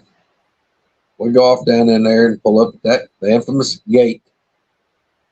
We get out. Well, when you go around the gate, the road that goes to the upper field, you just walk straight ahead. Well, as soon as you walked in the gate, if you turn directly to your right, the road went out there just probably 15, 20 yards, and it just started downhill.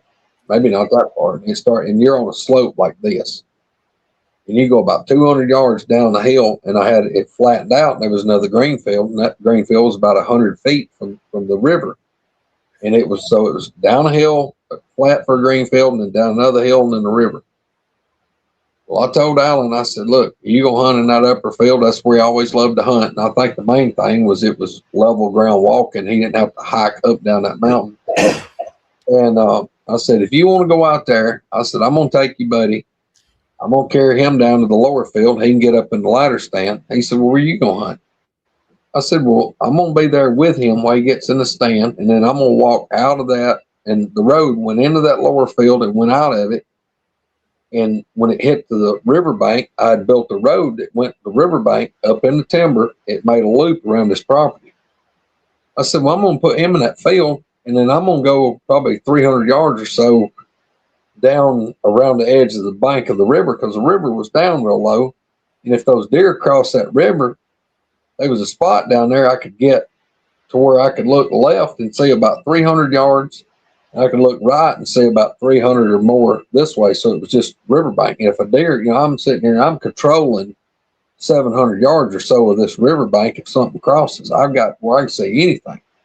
Yeah. I said, I'm just sit down there on the bank, kind of up in the woods on the ledge of the bank up against a tree. I'll just sit down there till it gets dark. I'll come back out and I'll walk right up and get him, and we'll come to the truck. One of the main reasons I was wanting to do that was in case something did happen, I was going to be there close. Because here's the deal: if I'd heard something going on where this boy was, I was going to go to him, But sat there till dark, nothing happened.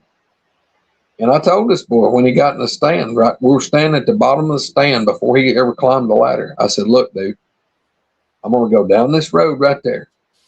You get in that stand, I'm going to go off this little hill, and I'm going to turn, and I'm going to be back. You're looking field, I'm going to be to your left." I said, "There's no way that you can shoot me, and no way I could shoot you, because there's like the way the terrain is, but you couldn't shoot somebody with a howitzer." I said, "So you shoot any direction you want to." I said, "But look, dude, if something happens, do not come out of that stand. I don't care what happens. Don't come out of the stand." And I said, "I'll be back before it gets black dark." I said, "So if you hear something right before dark coming up that road, please don't have your rifle leveled down, because it's probably going to be me." And he's like, "Oh, okay." He said, "No, I always stay till it gets black dark." I said, "Yeah, but we don't do that." I said, "No. When it gets black dark, we're at the truck." Yeah. And I said, "It's going to take a few minutes to get up through there." I said, "We may stay a little bit later because there's going to be two of us." And this boy is just like, he can't help it. He's like eye rolling. His eyes are rolling around. And he's like, "Oh, okay." So anyway, I leave, go down there. Nothing happens. I come back up. I'm trying to be quiet. Come back up the field. Get up there, and I think I even hit my flashlight a couple times before I got to where he could really see me. Well, I have to wait on him. He's up there, and I like I said, man, Al laughed. I said, I think he had his Scooby-Doo book bag with him, because he had all kind of crap drug out, and he had a backpack. And he's throwing stuff in it, and I'm waiting like, "Come on, dude, we got to go. We need it's getting dark. We need to be at the truck." We climbs down, and he and I walk side by side, and we walk up this down mountain going out. It's about 200 yards. As soon as we climb the top and I can see where the truck's at, I don't see any light. I don't see Alan. I don't see nothing. And I spoke up to him. I said, "Dude, this ain't good." He said, "What do you mean it ain't good?" I said, "Something ain't right." He said, "What do you mean?" I said, "Alan's not at the truck, best I can tell." I said, I don't, it don't look like it." We walk up to the truck. Well, he starts taking his backpack off. He's setting it down. He's got his rifle. Next thing I know, and I'm turned, and I'm back looking toward the road where it's going out where Al's at, and I'm listening. And we stand there for a few minutes, and I'm like, "Okay, all right, it's dark. Now, it's dark. Al should have been out. I don't know what's going on, but this is not good. Al should have beat us to the truck by 5 minutes or 10. I'm like, "Dude, we're fixing the menu's fixing to go in there and get him." He's like, "Oh, I'm sure he's all right. I mean, he's probably fine, because, there's probably some deer in the field." I said, "Look, dude, he wouldn't have made it down if there was 50 deer in the field. Al would have been standing back here at the time it got dark. He would have made some type of noise. He would have run the deer off, and he would have came out, because we do not stay here till dark." And we're standing there, and I'm like, this dude, he's over there, he's piddling and doing something with his rifle or whatever, and he's got it laid up on the truck. I said, "All right." Well, I said, "Look, grab your stuff." I said, "Nothing else. You need a flashlight. You get your rifle." Me and he's fixing to walk together, and we're going to go in there and check on it. Well, about the time I get that out of my mouth, I hear something. And like I said, I told you about the baseball size cathead rock, what we call them. It was like somebody kicked one. You hear it clink, tick, tick, tick across the other rocks. Well, I turn and look. I'm looking at his buddy, and I turn and look down that road, and I'm standing between the hood of my truck and this cattle gate. I'm on the outside of the gate where the truck's parked, and I turn and look, and I see something, and I'm like, "What in the hell is that?" Because it's dark. I don't know, it's dark right there, because like I said, it's closed in, it's shady. And there wasn't hardly any moonlight. There was a little, but not much. And I'm like, "What in the hell is that?" And I see something that's glowing. Well, it's glowing about like somebody had took like a real hard draw off of a cigar. It's just smoldering reddish plug is about this big. And I'm like, what the hell is that? And I can see it's moving. It's an orb. Yeah, but it's dim, it's dull, but it's kind of a orangey red. And all this is going through my head, and I actually said to his buddy, I said, what the hell is that? Well, when I see it, this thing's probably we're gonna say 35 yards or less. Well, it's moving, and I'm standing there, I'm perplexed to say the least. I'm like, what the hell is that? Well, then he gets up to where the little bit of the canopy kind of opens up a little bit, and what little moonlight there is, I can kind of make. He's getting closer, plus he's getting a little more in the moonlight, and I can make out Al's silhouette. He gets a little closer, and he would come a little bit, and he'd stop. Then he'd come a little bit, and he'd stop. Well, finally he gets up there, and I'm telling his buddy's going, what is it? What is it? I said, look, it's Alan. Just be quiet. Just be quiet, man. He's like, what's he doing? I said, I don't know, but he's doing something. Something ain't right, dude. Just be quiet a minute. Well, Alan gets up there, and he's probably, I don't know, he's 40 feet, maybe 35, 40 feet from us. And all of a sudden, Al, he's got his rifle, and he's holding it like this, and he's got the glow that I was seeing. He had this flashlight, like this is the light right here. He's got it like this, and he's got it in his hand. Well, he's got the flashlight covered up with his fingers, and he's got a little gap in his fingers, and he's letting just a little bit of white light shine through right at his feet. Well, the light is making about this much of his hand glow. His fingers are glowing. Well, that's what I'm seeing. Well, all of a sudden, he's got it in his left hand. He's holding his rifle this way, and he's shining that light. Well, he can see us, I guess, at this point. And he's got that rifle kind of pointing it up, and he's shining. Well, all of a sudden, I see him. I see this glow. He's going like this, like, listen over here. He's holding his rifle. He's like, listen over here. Listen over here. Big exaggerated. And I start doing this. I'm like, okay. I'm not saying nothing, but I'm shaking my head really over exaggerated. Well, he takes 2 or 3 steps and stops. And I hear a limb break. And like I'm looking at him to my left, his right, kind of over and behind, I hear a limb break. Well, he stands there just a second, and he seems like another step, and I hear something else. And finally, I'm like pointing at him, and I'm going, like, oh, like, come on, like, walk, come on, hurry up. Well, he just takes off walking, and he takes his hand off the light shining, and here he comes. Well, he walks up to this gate. I'm on this side, my truck's behind me, the gate, Alan. His buddy's on this side, on the other side of my truck. I said, what the hell are you doing?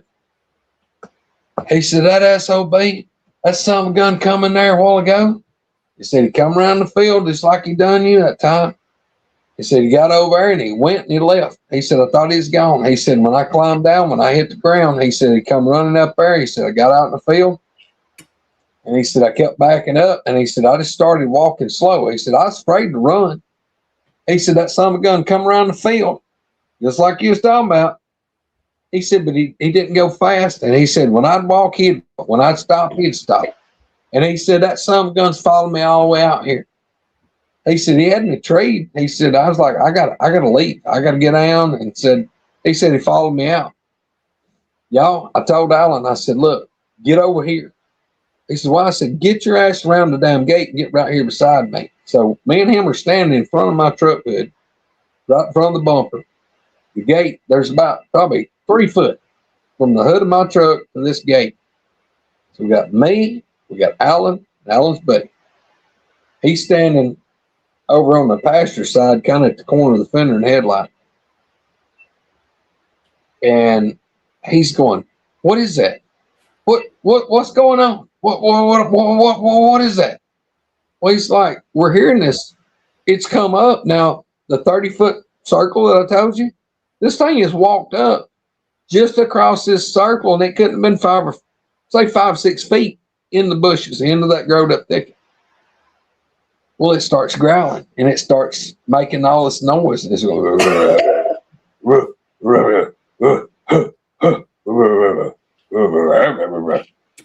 and he's going, his buddy's going, what is that? What is, y'all trying to pull something on me? This shit ain't funny. Who is that? Man, y'all trying to scare me. And Al goes, shut up. Man, just be quiet. Man, this ain't, and dude's getting pissed. He's mad because he's thinking we're pulling a prank on him. It's like, dude, we done told you what the hell this is. We told you what we deal with. We didn't know shit was going to happen. Man, this ain't funny. Who is that? What are they doing? Man, what's going on? What? My God, what? Who's? And it gets to the point where he's going, who's got the keys? Who's got the truck? Man, where's the keys at?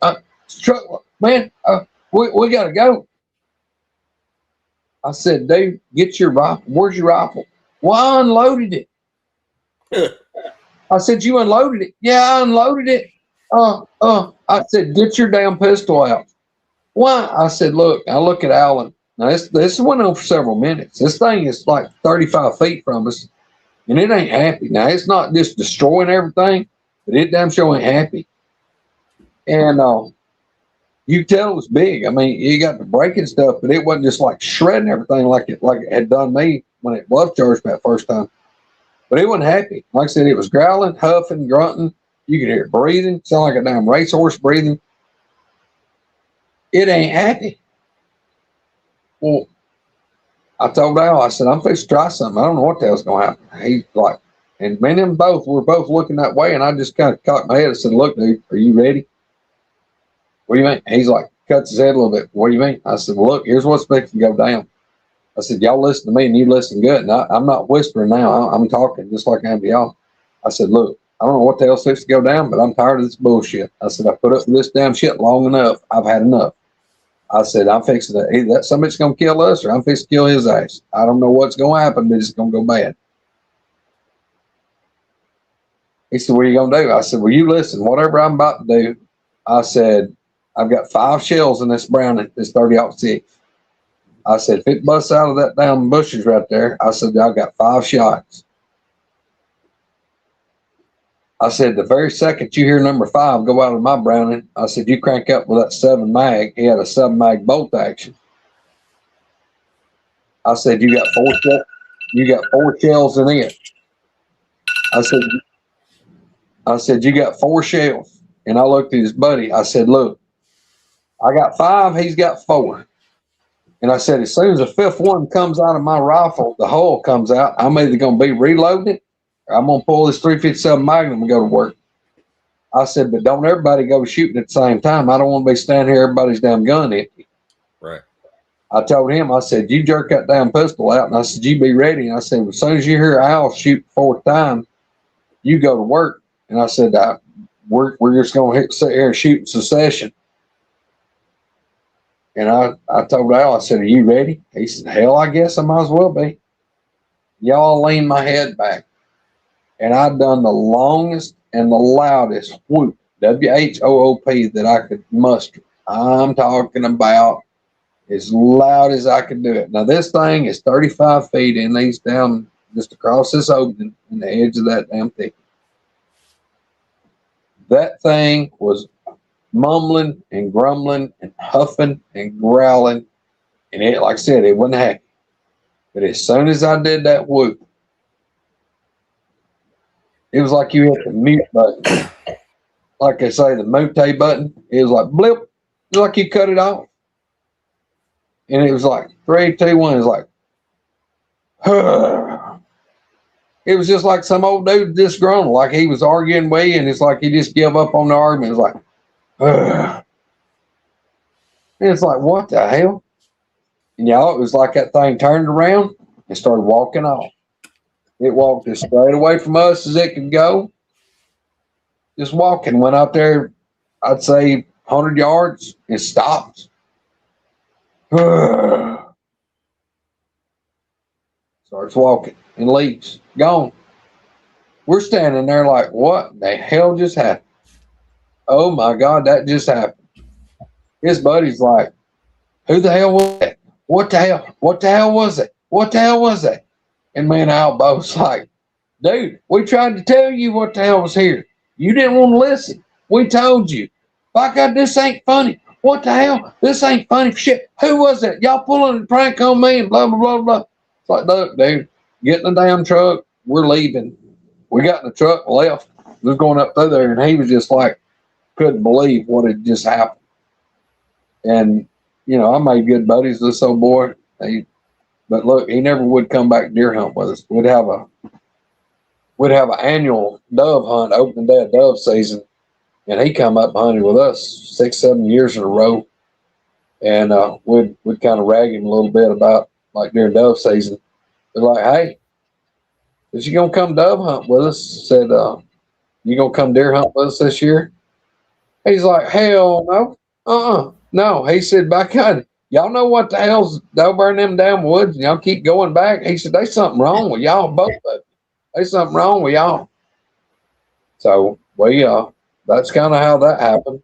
But from that day forth, they quit being belligerent like they had been. And we talked about it, we hashed it out, and we kicked it around.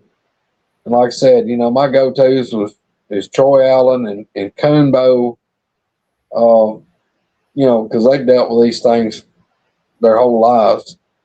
You know, we talk about how, you know, things that had happened and how that shut down. Because to me, it was like they didn't want to show themselves, and they was doing the stuff that was scaring us and running us off. But it was like once I let them know that I knew what they were, it's like it kind of done away with their hold on me. It's like, oh shit, the gig's up. He knows what we are. Back up. You know, we ain't run him off yet. He knows what we are. So this ain't working. Now they still come around. They let me know they're here. They let me know when they're in there.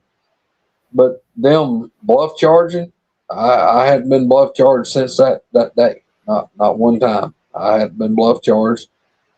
They quit throwing stuff at me. You know, when I was in the, you know, like out in the open, I hadn't had anything thrown at me by that bunch. But yeah. Why do you think that is, though? I mean, just that one little thing that you done, what do you think that it caused that much of a difference? You think because maybe you called their bluff, or you called them out, or that just that you acknowledged them and they knew that you knew they were there at that point? I think that was pretty much all that rolled up together, Misty. I mean, I think they were like, to me, it's almost like if you go to let's say you go to a house that you're there and somebody's, let's just say that you'd been in a house and you hadn't paid your rent on it.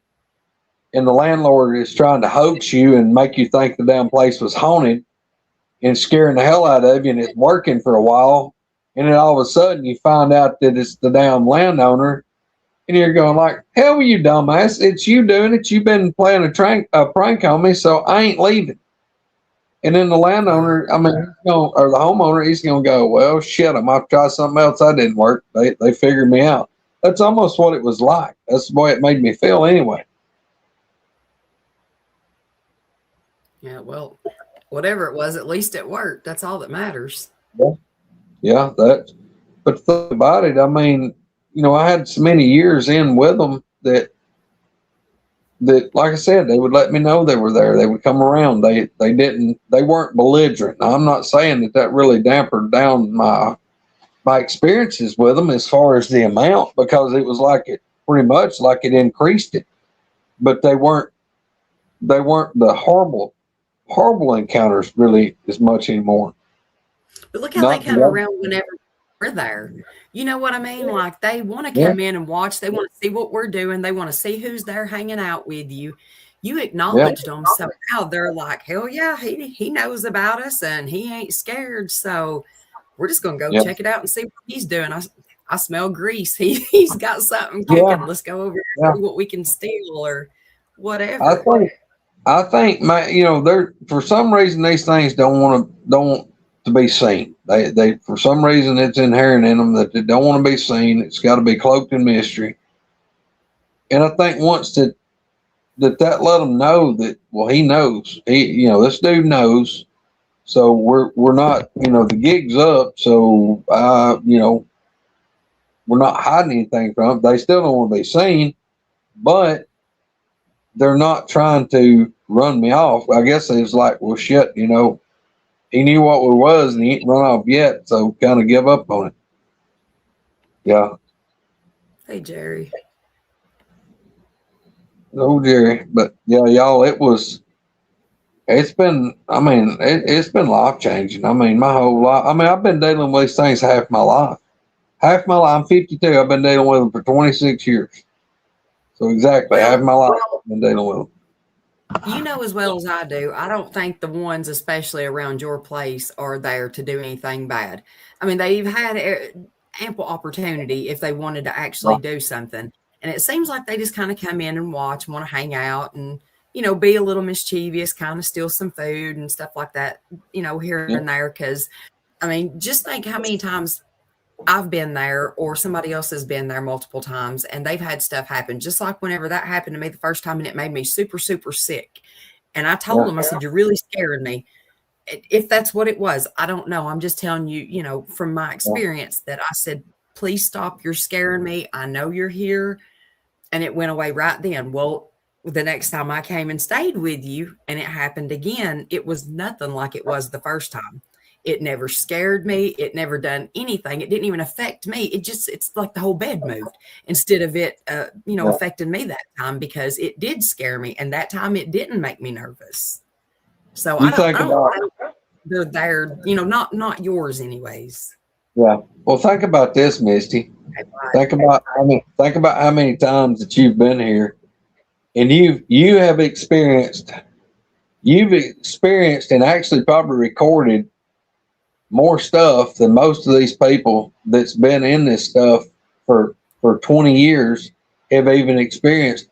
You've experienced more right here than most of these so-called experts has ever had in their whole life combined. Oh yeah. I mean, I can't prove any of it except for just what I've caught on recorder and the stuff that I've experienced. But I know that I know I've seen quite a bit of stuff there at your place, more than I've seen anywhere, even the places that we go. Yeah, I know that's, I mean, it is hard. It's hard to explain to people. I think the reason that people's having the encounters here is because they're coming. I feel like it's because like they're staying, like y'all are staying with me. And that for some crazy reason that links it up that y'all are having the experiences because that I'm here with you. Because my neighbors don't have nothing happen. They don't. They're oblivious to it. I mean, I've asked them, like, y'all hadn't seen nothing. Y'all, I ain't never seen nothing. I'm like, good God, man, they come up on my damn porch. They beat on my walls. They damn get on my roof. People started us talking about it out. I don't know how many times I've been like at night live chat with Patrick Noble and Flat Rock and Jeff Yarrington and Roger even, and, River Morris in Australia. We'd be doing a live chat. It's just not broadcast, but just like us talking, there'd be like 6 of us on here. I'll be sitting in my recliner and be one hitting my damn propane tank out here ringing like a church bell, or hell, it hadn't been 5-6 weeks ago, or probably not that long. I was in here cooking one night about 10:30 at night. Had my phone on my island, and they could see what I was cooking. I'm sitting there stirring, like I think I was scrambling eggs or something. But anyway, it hit my damn porch out here, and they were like, "My God, what was that?" I said, "One just hit the damn porch." And then it was less than 30 seconds later. That was the weird part. Flat Rock was in the chat with us, and Flat Rock's wife, we could hear her saying something. And she come out of the back of their house, He's like, what is it? She said, that one of them damn things just hit the damn house in here, just hit the wall. But yeah, one hit my cabin and one hit his house 30 seconds apart or so. And we were all like, oh my God. But yeah, we've had a lot of stuff. I've had a lot of things. Jeff Yarrington was on one night, him and I remember if it was Patrick, but they was one walked up to this window. I could hear the leaves crunching. It walked up bipedal to my damn window. And I got up. They're like, what are you doing? I grabbed a 357 Magnum and went there and looked out the peephole.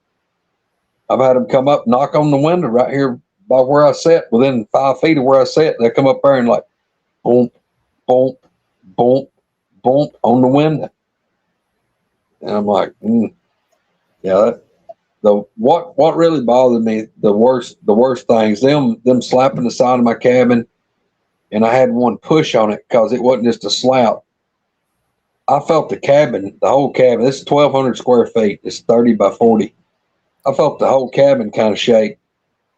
In the corner of the cabin, it was like something, like you had backed a car up to it and was putting pressure with the automobile. It was like it was twisting the cabin to the point. Now this is 2x6 walls, and it's decked with OSB lumber inside and out, and it's metal siding, so it's strong, really strong. It was putting the pressure in the bedroom that you always sleep in. It was putting pressure on the wall so much that the window in there was creaking, and I could hear the lumber. The lumber was like cracking, and it held pressure on it for probably 15, 20 seconds. And then it was like you heard it release. You could like feel the cabin release. And that's when Troy came up, I don't know, a few days later or whatever. We found a big, it wasn't a handprint, but it was a big smudged up spot. It was big as my beard, my head, of mud, red Alabama mud up on the wall. And where that's at would probably be 7.5, 8 foot off the ground. But it was up toward the corner of the house, about 2 foot from the corner. And I don't know if it had its shoulder. I don't know what it had against it, but it was a big muddy smear spot in some of the ridges. Like if you see on this metal, the ridges, a couple of the ridges was like puckered in, like it bent the ridges on that metal, and that stuff's tough. But we found that. The other one that spooked me real bad was when it started messing with the door. And I was sitting there and it started jerking on the storm door. You could hear it go clunk, clunk, clunk, clunk, clunk, clunk, clunk, clunk, clunk, clunk, clunk, clunk, clunk, like it was grabbing it, trying to see what it would take to open it. And then one morning I got up and that door had been opened, the glass door. And then the night that I was in here, it was coming a slow rain. When I first heard it, I thought it was like a couple of 100-pound tree limb fell on the roof. And it was across on the other side of the cabin, kind of diagonal from where my recliner is right over here. It hit, and I thought, God dang, I've just had a damn big tree limb probably tear half my porch roof up.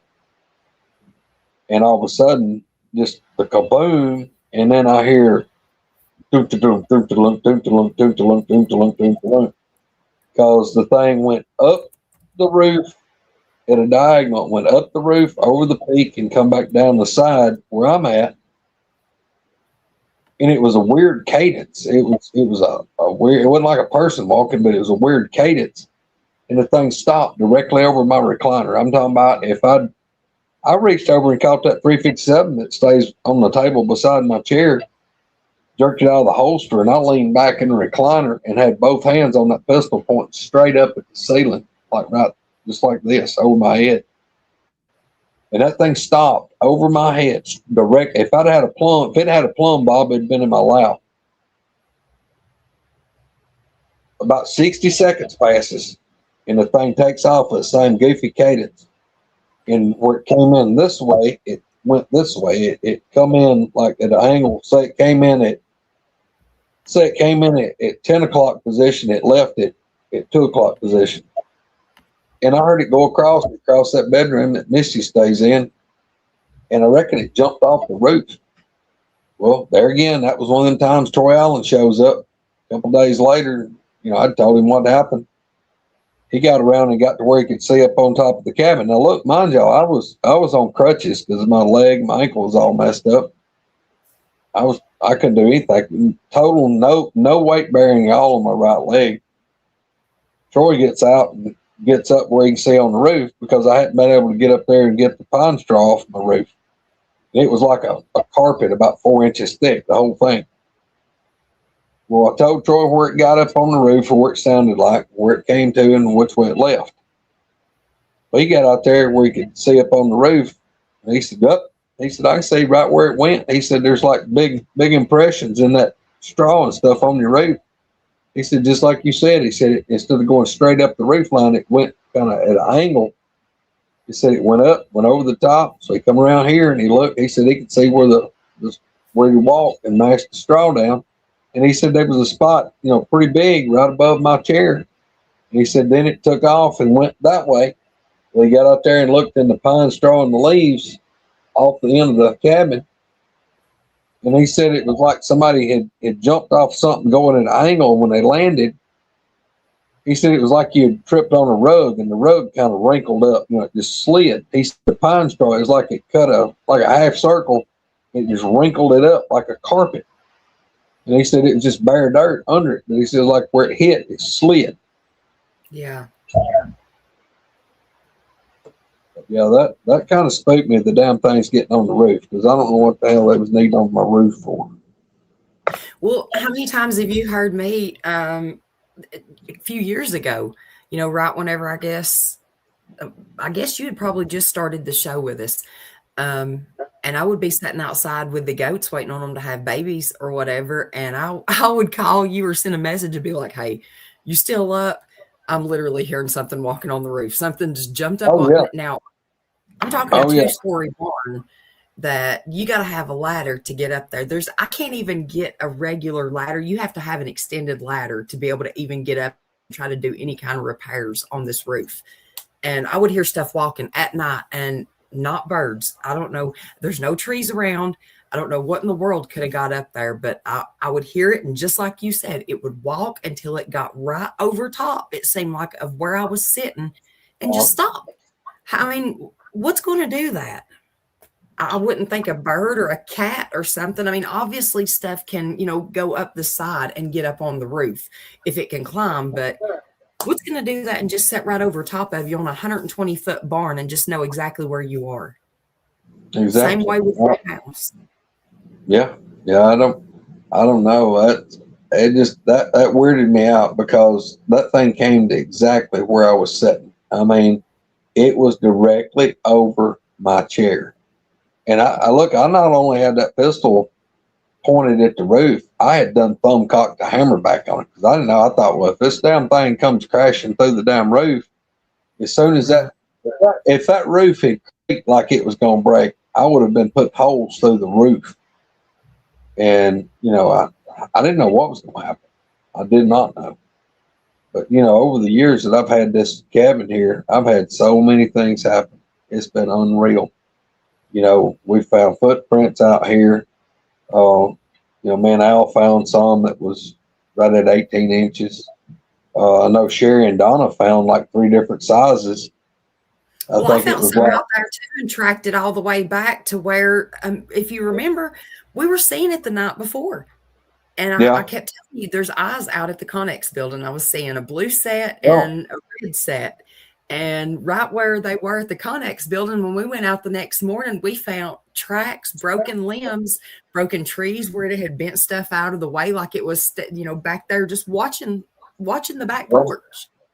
Well, I don't remember how that played in relation because that's when Hunter and Caitlin and them came down with y'all, you and Sherry and that was Jim. Before they went, because that was the time that Jim made the walking stick for Abby. Okay. All right. Yeah, that's right. It goes, see, all this stuff has happened, so much has happened. It goes to mixing up. I don't remember when it's what, but now think about when Hunter was sitting on the porch railing and had his feet on the picnic table seat. And, we kept watching the red eye shine that come around my Connex building. And then that rock about the size of a golf ball come flying out of the wood line, ripping leaves. And then went right behind Hunter's back, streaming across and hit the ground, bounced in the yard. You know, y'all heard all the hoops and the howls and the tree knocks, and yeah, that's a wonderful thing. I mean, that's a wonderful thing for me.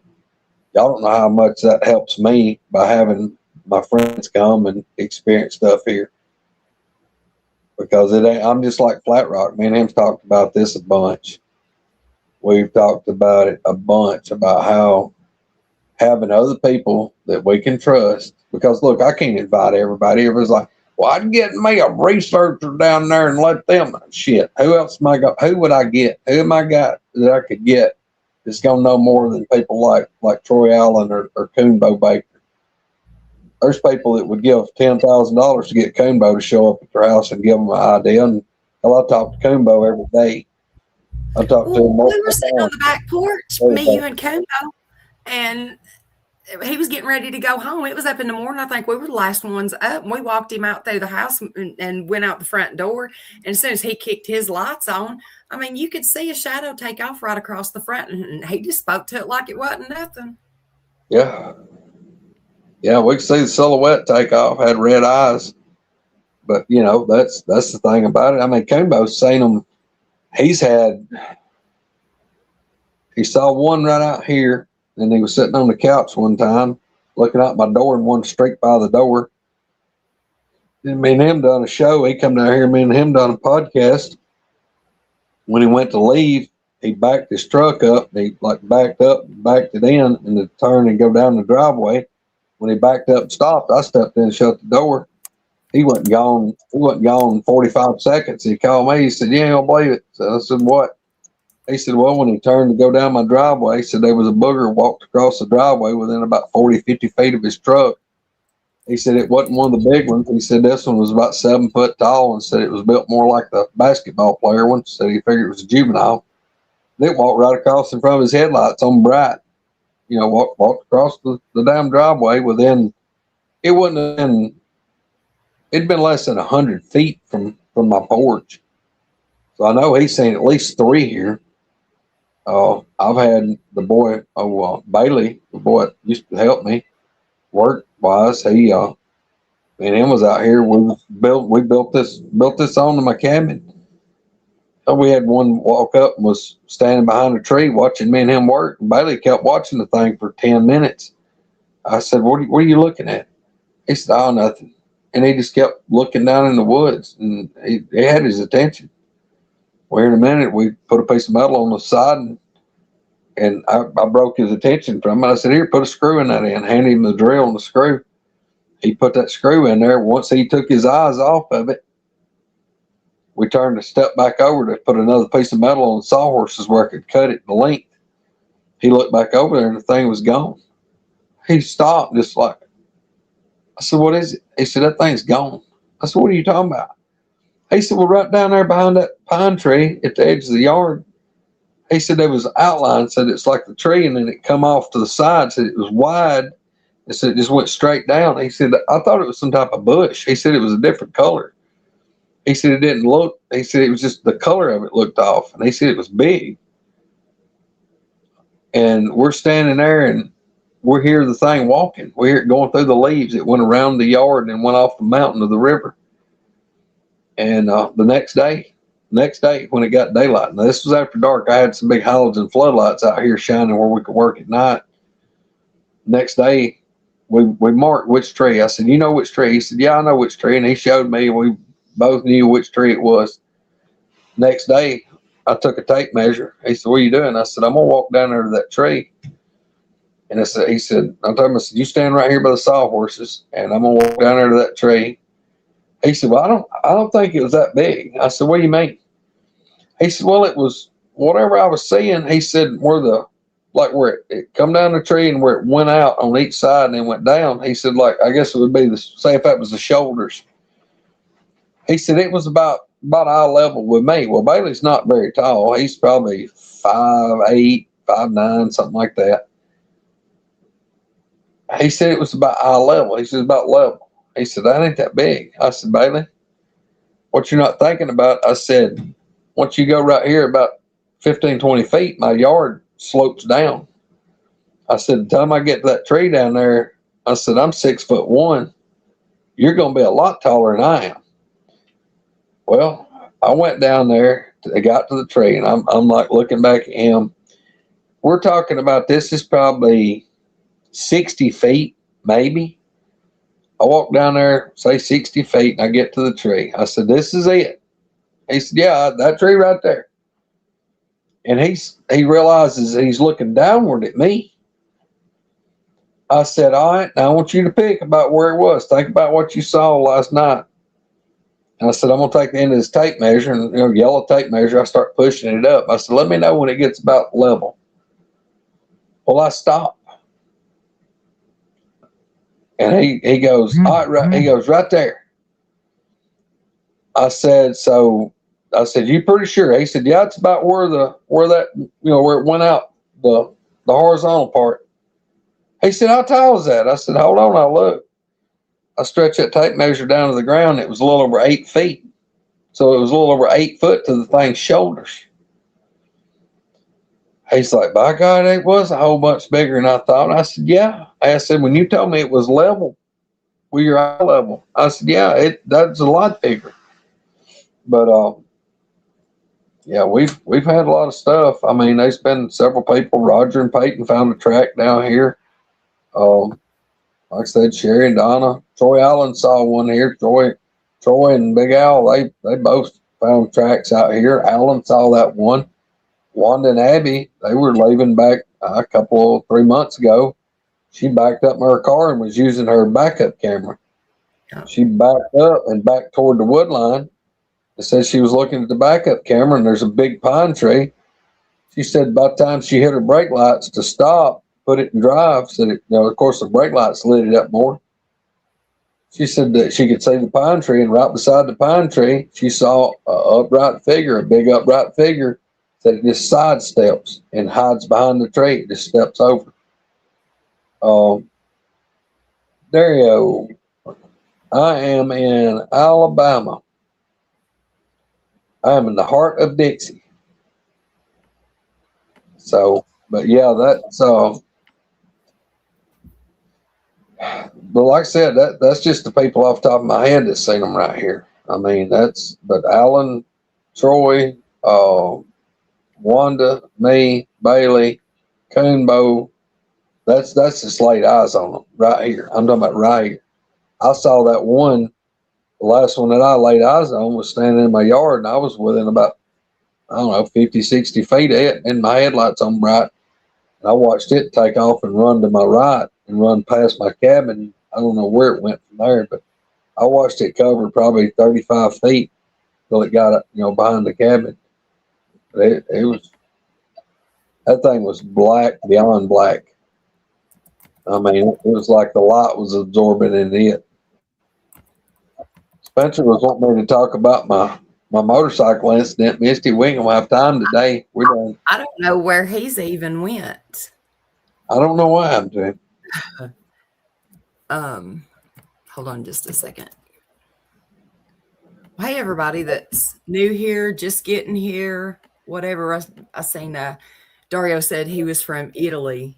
That's awesome. We get people from everywhere, don't we? Italy, UK, Australia. That is so freaking cool.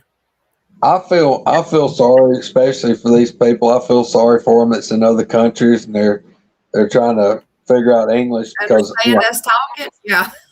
Look, I apologize because even if I go back and watch an episode of that we've done, I feel like I need like subtitles, interpreter or something.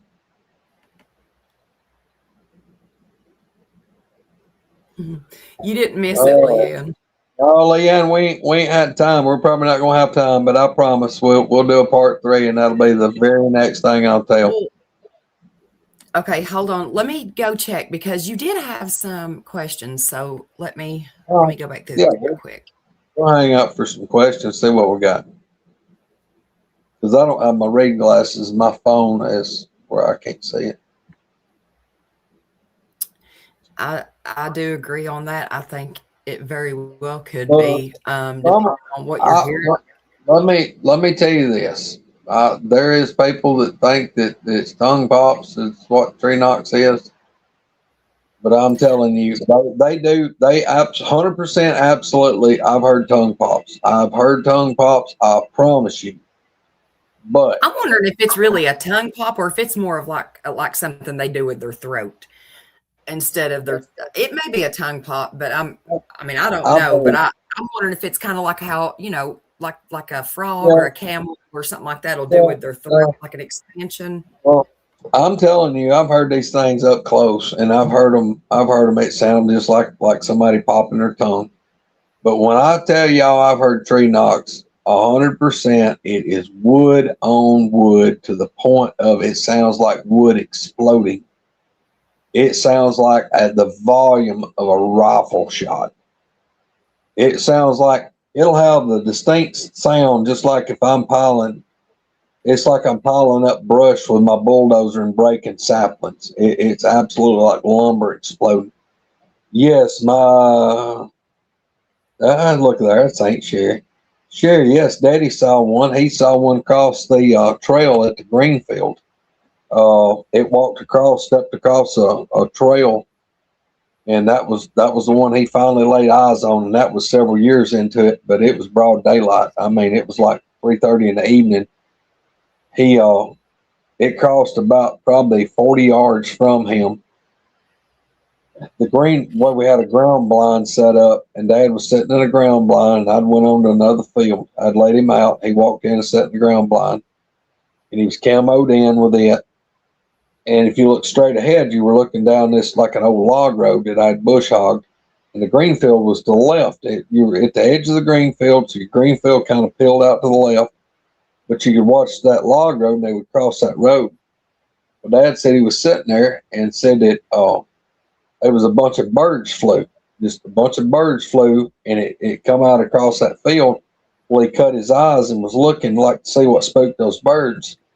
And he said he looked over this way for a minute and said by the time his eyes come back on that road, he said he saw just a upright figure, huge, covered in black hair. It was like it took one step, just glided, just went across that opening.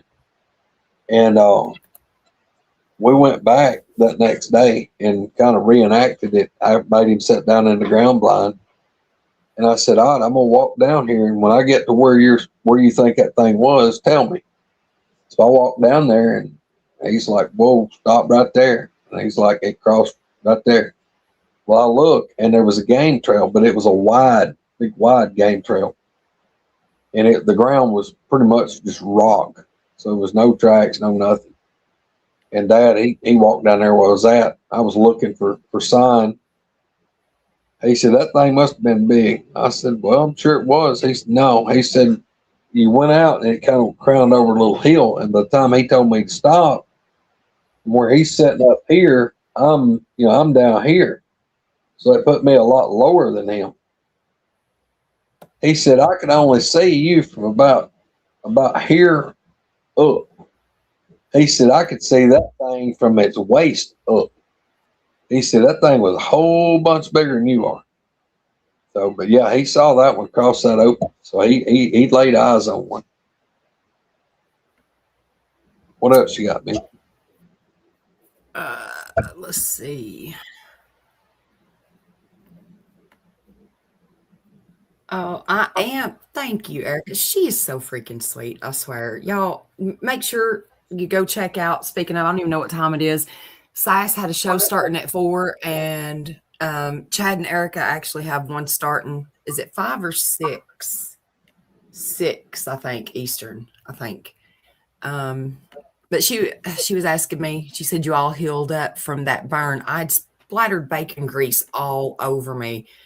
Yeah. All over me, all up my arm, all across my chest, everything. I don't have a mark one. It completely healed up, every bit of it. Thank you for asking. She won't own up to it. We think she was trying to drink hot grease straight out of the pan. I'm telling you, I get to craving them daggone bacon wrap beets, let me tell you. Oh, yes, the bacon beets. The bacon beets. That's funny. Let's see. Has Yes, anyone ma'am. seen the Sasquatch in an astral form being not fully here? I have not seen one Like in a over form like that. You talking about like where it's see through? Now, look, we won't get into it today on one that I had come by me that was close. It was there 100% across the opening that I didn't see anything that I still can't explain to anybody, including myself. But all I can tell you is I was hearing trees and limbs and stuff popping, and I could see saplings moving, and whatever was doing it crossed the opening, a road, and then all the noises, the sound, and the movement was on the other side of the bushes. And I never saw anything. Never saw a shadow, a shimmer, a shine, nothing. So when that thing crossed that road, it was transparent, totally, like nothing. It wasn't. It wasn't even like the predator thing. It was just like nothing. I had that happen, and then I had one growl at me one day. It was in some hardwood timber, and it growled close. It sounded like it was within, 30 feet. I could see 50, 60 yards. There wasn't anything out there that something that big could hide behind. I never could see anything. And it growled at me once. So who is Aunt Sherry got on today? And they're gonna start here like just a couple of minutes. No, I think they've already started. Oh, she said 5. I thought somebody said they were doing it at 4. Well, it'll be 4. What she says right there, it says 5 Eastern. Yeah. So, and Erica and Chad are at 6 Eastern. Okay. So that means Sherry wants to kick it off right now, and then about an hour for Chad and Erica. Yep. Okay, here's the link for. Yes, y'all please go on there and check out Aunt Sherry, which is Misty's true aunt, but I'm just going to adopt her as aunt. Sherry and Donna, yeah, I'll tell you, they're just like everybody else. They, started out nervous, but they're doing really good. So y'all make sure they have really good guests. So make sure y'all are going and watching them. Same way with Erica and Chad, they talk about a number of different topics. I hate that I never get to get in chat in anybody's shows anymore. Y'all, please don't think that I do not watch any of y'all's shows. I do. I still watch DA and Robbie and everybody. I just half the time y'all will not see me in chat because I'm just so busy. If I sit down for just a second, like I think, oh, I'm just going to tell everybody hi. And then I'm sitting there for, 30 minutes or for the whole show. And I just can't do it. So I do watch. I promise you, I do still watch. It's hard for me to get in chat a lot of times.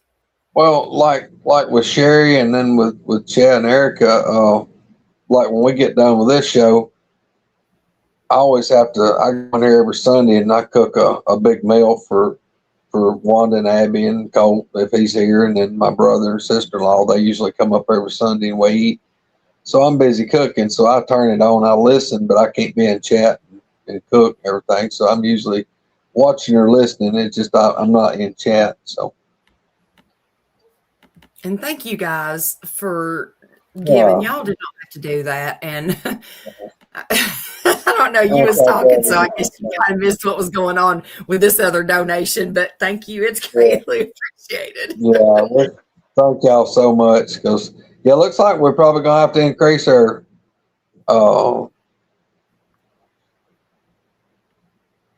ever dreamed of Sasquatch? Look, I've had nightmares, Sasquatch. I've had nightmares, especially after I've had some bad encounters. I'd go weeks and I would sleep and that's what was weird. I'd have some of the most horrible, vivid nightmares. And I would wake up. I mean, I'd be covered in sweat, heart racing, heavy breathing, and I could get calmed down. As soon as I go back to sleep, it was like the same dream all over again. I had the same dream over and over and over.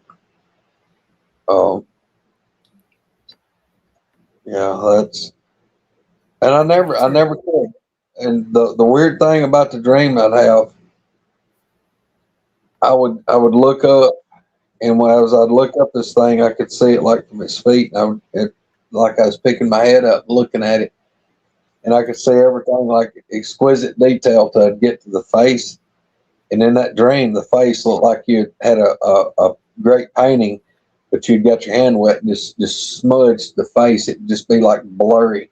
It's like I couldn't, because all the ones I've seen, and I had some really good sightings, but none of my sightings have been like where it's squared up and I'm seeing its eyes, its nose. I don't know. Why is it that in a picture or whatever, I mean, even in a dream, I've dreamed about these things one time in my life, like literally one time, and that's it. And I seen it plain as day, and it was so real. It was a female and a baby, but most of the time, I mean, just like that, blurry. And people that have experiences with like aliens or UFOs, like I know whenever I was younger, and same with Sherry, I'm pretty sure she said she couldn't see a face. Is it that we don't see it, or that, something just makes us not remember, or that it just scares us so bad that we just naturally forget and try to block it out? I don't know, Misty. This is just like, it's like the same dream over and over, and it was the same thing every time. It's like my brain refused to even try to put, like features that actually like the cheekbones, the forehead, the eyes, nose. It was, honest to God, it'd be like right now if you could see everything of me, but you just smeared my face and you couldn't tell anything, like anything in this circle was just like blurry. Right. Yeah. Okay, let's see. I think there was some more. Let me check right quick. I'm trying to kind of jump back and forth from the comments to what I've got. So happy early birthday to Brother Milkman. Yes, for sure. Oh yeah, Craig. Look, where I hunt now is only a quarter of a mile across the river from where I did hunt. So yeah, I still, it's every year. I've had, when I say dozens and dozens of encounters there. Yeah, I mean, there's every season, every year since 2000, I've had stuff go on, and it's still part of my life. Do you think that Bigfoot are location specific or person specific? I think both. Both. I think both. I think that they're, everything in me believes that they're drawn to certain people. I think that there's a lot of them and it's all over, but I think that there's something about certain people that these things feel comfortable around, or if they're drawn to certain people. And I'll tell you what, I think if you have an encounter, you're very prone to have another encounter. I don't know why. I agree. It is SAS, SASS, Southern Appalachian Sasquatch Seekers. Yeah. Sorry, Greg, I didn't mean to cut you off. No, I was going to type all that out, but that was just easier. Yeah, it's a lot easier. But yeah, y'all can get over there and support Sherry and Donna. There again, there's some special cloths that come out of Misty's granddaddy, because the women of that family have got no fear. I mean, I'm not so sure that it's that we don't have fear, or it's that we're just that daggone crazy and that interested in trying to just figure out something that we can't explain. And a lot of it, I think, that comes from having experiences when they were little. Yeah, but there's a point where fear overtakes curiosity, and y'all don't have that gene where the fear overtakes curiosity. Oh, we get scared plenty, but yeah, y'all's curiosity is like peak performance. Okay, look at it like this, Greg. You rode with us, right? I mean, you know how we drive, how we like to get out and run the mountain roads and all that, right? Same with Patrick. He got the privilege of riding with us. Yeah. It's fun. Yeah. It don't matter if it's scary. I mean, some people's like it. Some people are just crazy enough to like fear and enjoy being scared. And we just happen to be a few of those idiots, I guess. Y'all are some extreme adrenaline junkies.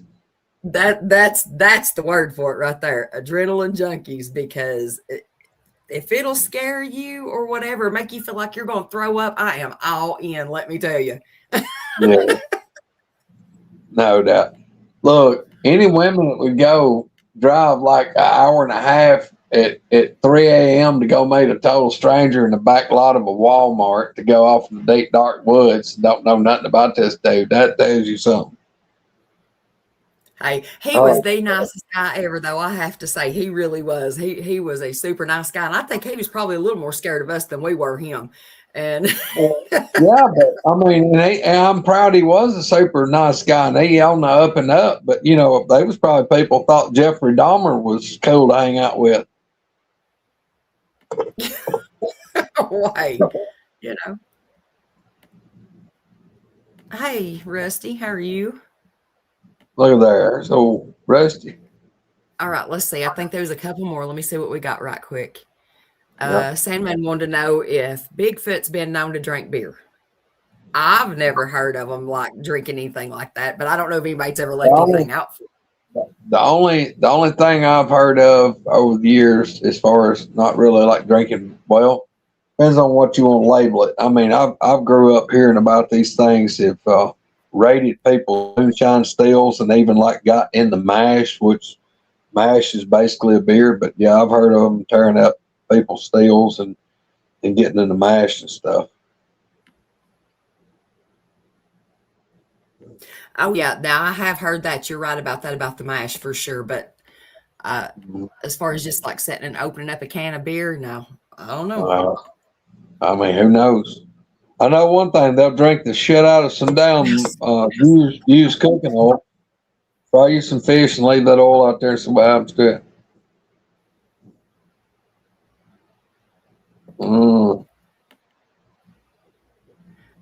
I need to travel in groups so I don't get in trouble. Yes, trust me. You gotta. It takes a lot of lookouts to keep Misty in line. Oh man, I'm mad about sneaking off. I ain't gonna lie. you don't sneak off; you wander off. Yeah. Even one stole their baked beans. Huh. I can see that happening. Yeah, they're opportunistic. They're gonna get up. They're looking for a free meal, and people's like, you know, one of the main things you see some of these anthropologists or whatever them folks are, them educated people with letters behind their name, is you know, they'll talk about, well, you know, it'd take this to sustain one as a creature that big, blah blah blah, and there's not a food source. I think they're probably a whole lot like a bear. They can eat whatever they want to eat, and probably I'm more. sorry. I get excited and I speak fast. Oh, I fall. Look, that's her Southern English. Day, he wouldn't know what to think if he really heard us getting going, would he? Yeah, if they seen you about excited, that's when it gets. Look, it gets tough sometimes on me. I get hard to understand for sure. Yeah, what you do with Misty, you just target every third word. Fill in the blanks. Yeah, you might look after you develop it. The skill is if you'll just focus on every third word, your brain automatically. It's kind of like talk to text. You know, it'll like preemptive text. It fills in the blanks. Hey, right here. They wanted to know what a good show was to hear Troy Allen's story on. Now, I know he don't do a whole lot of shows, but he's been on with us once or twice. And didn't he used to do the Outlaws? You're not gonna find Troy Allen stuff unless it's been on with us. What little he's been on an episode or two with me. Like he'd be here and we'd do a show. Okay, but as far I was wrong. I wanted to make sure and ask about that right quick. We're asking, and I thought he was on the Bigfoot Outlaws some, but I wasn't sure. Well, here's the deal. Back in the day, they didn't really have they didn't have like shows. But here's the deal, man. And what reason I'm gonna touch on this was Troy and I talked about this. Sunday, Friday evening, I think it was. Me and him, I talked to Troy for hour and 45 minutes, 2 hours Friday. And we were talking about shows because he had said that he'd had a couple of people had asked him about doing some shows. And Troy's health's not been great over the last few years because he's been battling Lyme disease for 15 years or longer. And, me and him have talked about it. Troy's absolutely like a brother. And he's talked about how that, he's kind of always stood back and didn't get in the light on talking on especially shows. He just didn't feel the need, but now he's got so much that could benefit people and share his knowledge and experiences with. And he said, he'd had a couple of people asked him to come on to a show, and he told me, he told them that he'd always told me, if he'd done a show, he would come on and do Woodwalkerz just because of us and me, that if he'd done a show and he may be getting to the point where I may be getting him on. I hadn't even told Spencer this. I may be getting Troy to come on and finally be time to share with people. Because Troy is an absolute fountain of knowledge, and of the people that do know Coombo Baker, Coombo will be just like I'll tell you the same thing. Coombo will tell you straight up that one of the very only people he's ever met or ever heard of that's had more experiences than him is Troy.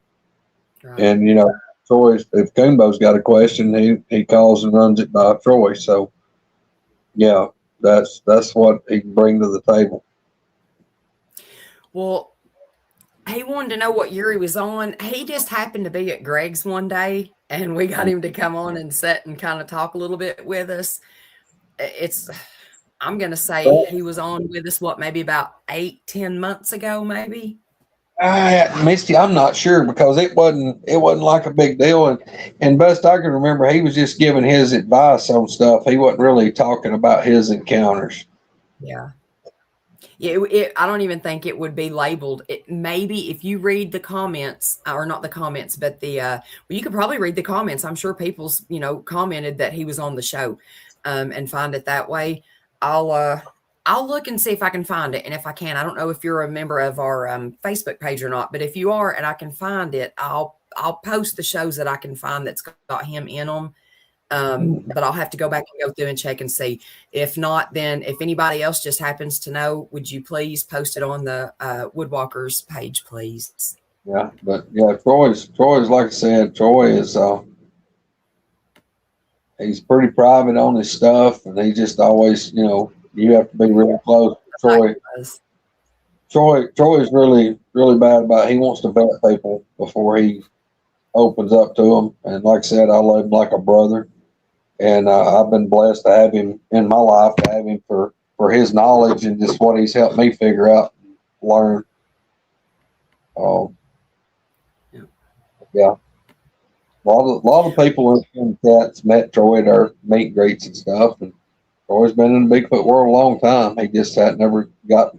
He always stayed out. He's like the vampire. He didn't step out in the light. Well, Greg, I guess we better wrap this up. I don't know where Spencer went. I think he's went and probably. I've got him all excited about his little bedazzled jacket, so I guess he's had to go play with his bedazzler. He's been gone for the last half hour. That's where he went. He may have put on some fancy shoes and put on his jacket and singing Purple Rain or something. I don't know. Yeah, I'm gonna have to send him some videos later. I'll have to do some little bedazzling and some my little videos for him. Yeah, Leanne Dudson, what? Oh, Leanne, you've missed it. You have missed it. We literally have give him crap about his little jacket because he looks so cute in his little rhinestones. And he started singing Rhinestone Cowboy. And yeah, he did before the show started a while ago. He blurted out Rhinestone Cowboy. Yeah. Yeah. Katie, yeah. Yeah, Katie, that's one thing about Troy. He, me and him talked about your encounter, and that's what, he knows. He knows exactly. He said, he knew what you was going through, just like I said I knew what you was going through. So yeah, we may be in the works on getting Troy before long. Hopefully I got to call him in a minute too. They've been up there in the Smokies this week Did you get I seen? know. No, I didn't get to see anybody. I didn't even go anywhere yesterday. I was stuck here with the dogs and a dog that was freaking out, not both of them. My one big dog, he's a big dummy. Ain't nothing scares him except for his own shadow. And then he's fine 5 seconds after. But he's not scared of fireworks or anything. But now you would think a little beagle that I've took rabbit hunting and does completely fine and ain't scared of a shotgun, ain't scared of nothing like that, wouldn't be scared of fireworks. But that dog freaks the hell out to where I'm talking the point to where like it's so bad she'll sit and has just slobber just running out of her mouth and her eyes will bulge out. She freaks out. You can't leave her. You leave her and she goes all 2 paces. So we had to give her Benadryl and we got stuck babysitting the dog last night. Yeah. Well, all right. Since everybody's been asking me, we're gonna do this. No doubt. Look, we're gonna have He's to probably trying to bedazzle their daggone helmets. that kind of ties into the bedazzlement on the welders because they got the welding shields. They gotta have that because the sparkles coming off the bedazzledness. I'm telling you, I loved his jacket so much. I had to get a bathing suit that looks like it's been bedazzled, and it's like a 5-in-1. It's it just does all kinds of different stuff. It literally, you know how crows like shiny stuff, so I can lay out there and do my little flopping around like a little beached whale, and I can bring down planes, calling crows. Yeah, the crows have officially changed flight patterns, centuries-old flight patterns, because all the sparkles coming off of Misty in the swimming pool. Yeah. I was really worried about that. JR was like, are you kidding? Do you really think that that's going to happen? I'm like, well, look, you can take a mirror and reflect it and get somebody's attention, in a plane or whatever, and be like, hey, look, I'm stranded. Well, my goodness, if you hold top and you bottoms over, that's what I started to say.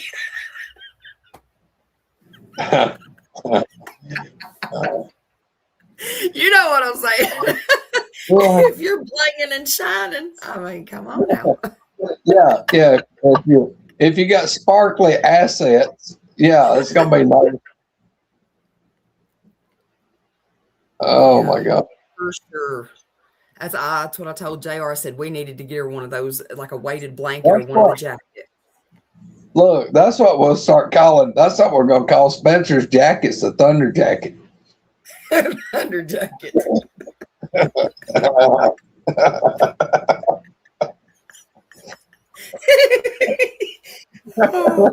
He was like, only you would have noticed that. And I was like, well, you look good in glitter. Look, that damn thing that you bought that top. If you go out in the direct sunlight around the woods, damn Smoky Bear is going to be like, only you can prevent forest fires because it's going to be like a little light setting the woods on fire. It's going to look like a disco ball, ain't it? Somebody's partying in the woods.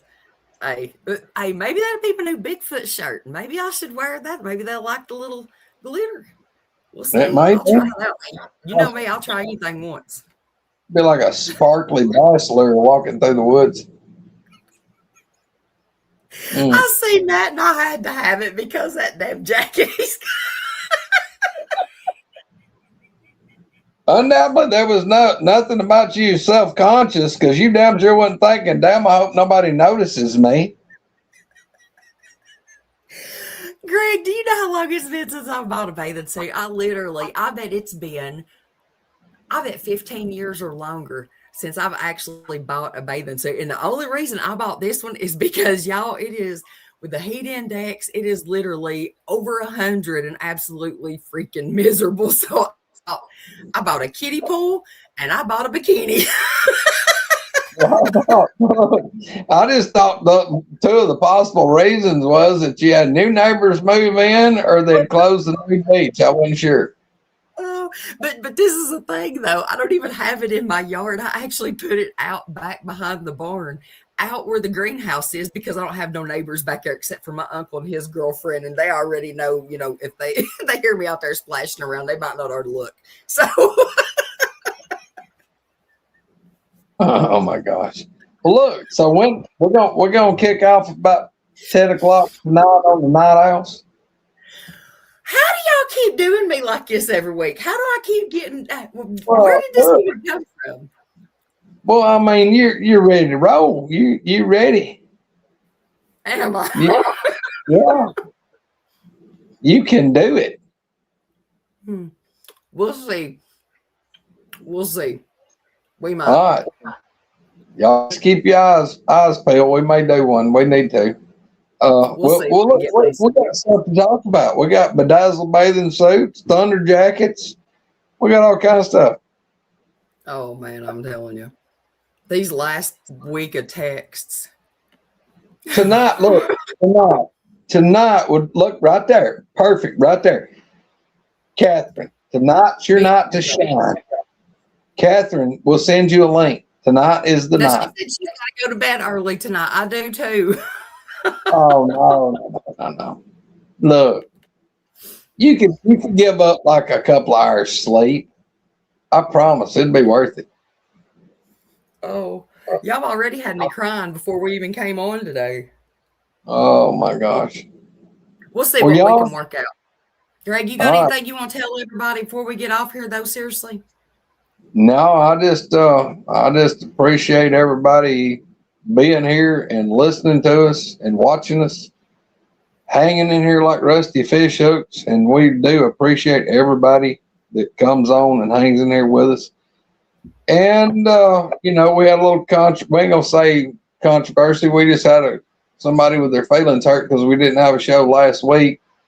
But that was, most people are understanding because we got life happens. And just like today, I mean, we kick the show off and then something goes sideways. So we tried again. But yeah, last week we didn't do a show because Spencer and Misty, either one had internet. So you can't do a show if you don't have internet. But it started storming just as soon as it today, same thing. And I had to go out between that and my back. I had to keep going in and out, but it's getting better. It's hard for me to sit here for a long time like this. And when I sit down, I can't straighten back up. Yeah. So but y'all, we'll see what we can do just for an hour or something. Yeah. Well, look, y'all when you get off here, please jump over and check out Sherry and Donna for just if you don't do nothing but jump in there and say hey. And please subscribe for them. And then Chad and Erica at the Oddcast Podcast, go check them out. And just want to say email us down there's the email. Y'all send us some emails if you want to come on, or even if you don't want to come on, if you just want to, tell us about stuff that's happened to you, or just to get it off your chest. Right there's the email. You can send it to us, or you can message us or try to message us on Facebook Messenger. But guys, I'm going to tell you, I'm so far behind on that right now. I have probably got 50 or 60 messages that I ain't even opened yet. And I try my best to get to them, but I don't like to just open one. And I feel like if I just open it and just give a little short response to somebody, I feel like I'm just kind of blowing people off. So I try to, when I open somebody's message, I try to make sure that I can sit and talk to them or whatever. So I'm behind on my messages. I don't know about Spencer and Greg, but you can message us. It may be a little while, but if you send something through the email, though, Spencer will usually get it and see it. So, and if you're not subscribed to the Night Owls 1313, make sure y'all go subscribe to that, because we're going to try to get us up there to where we're at 1,000. And Greg's going to tell you a good story. Yes, look, if we get to 1,000 and I tell that story, we may not have another show, but I'm going to tell it anyway. Yeah, so. All right, y'all, let's jump off, and I guess maybe we'll see the internet world here in a few hours. We'll see what we can do. I'll see what I can get set up. I got to go make supper and stuff like that right quick, get the critters fed and all that. But if I got time to get it all done or whatever, we'll see if we can get something before it gets too late so everybody doesn't have to be up late on a Sunday. But all right, guys, y'all, thanks for being here. Thanks to everybody new that's here, everybody that's going to see this later or whatever. We really appreciate you guys. And y'all Try to stay safe, stay out of the heat. It's been really bad. I think it's supposed to cool off a little bit. Everybody's supposed to start getting a little bit of rain, but for the ones that's not, stay in when you can, stay hydrated. It has been really, really bad. So Yeah. that being said, we love you guys and y'all take care, and we'll see about seeing yous tonight. All right. Big love, y'all. See you. Bye. See ya. Love you guys. Bye. Got me looking. On the computer, you have to hit okay. Anyway, That's it. Just turn me on, turn me up, and turn me loose.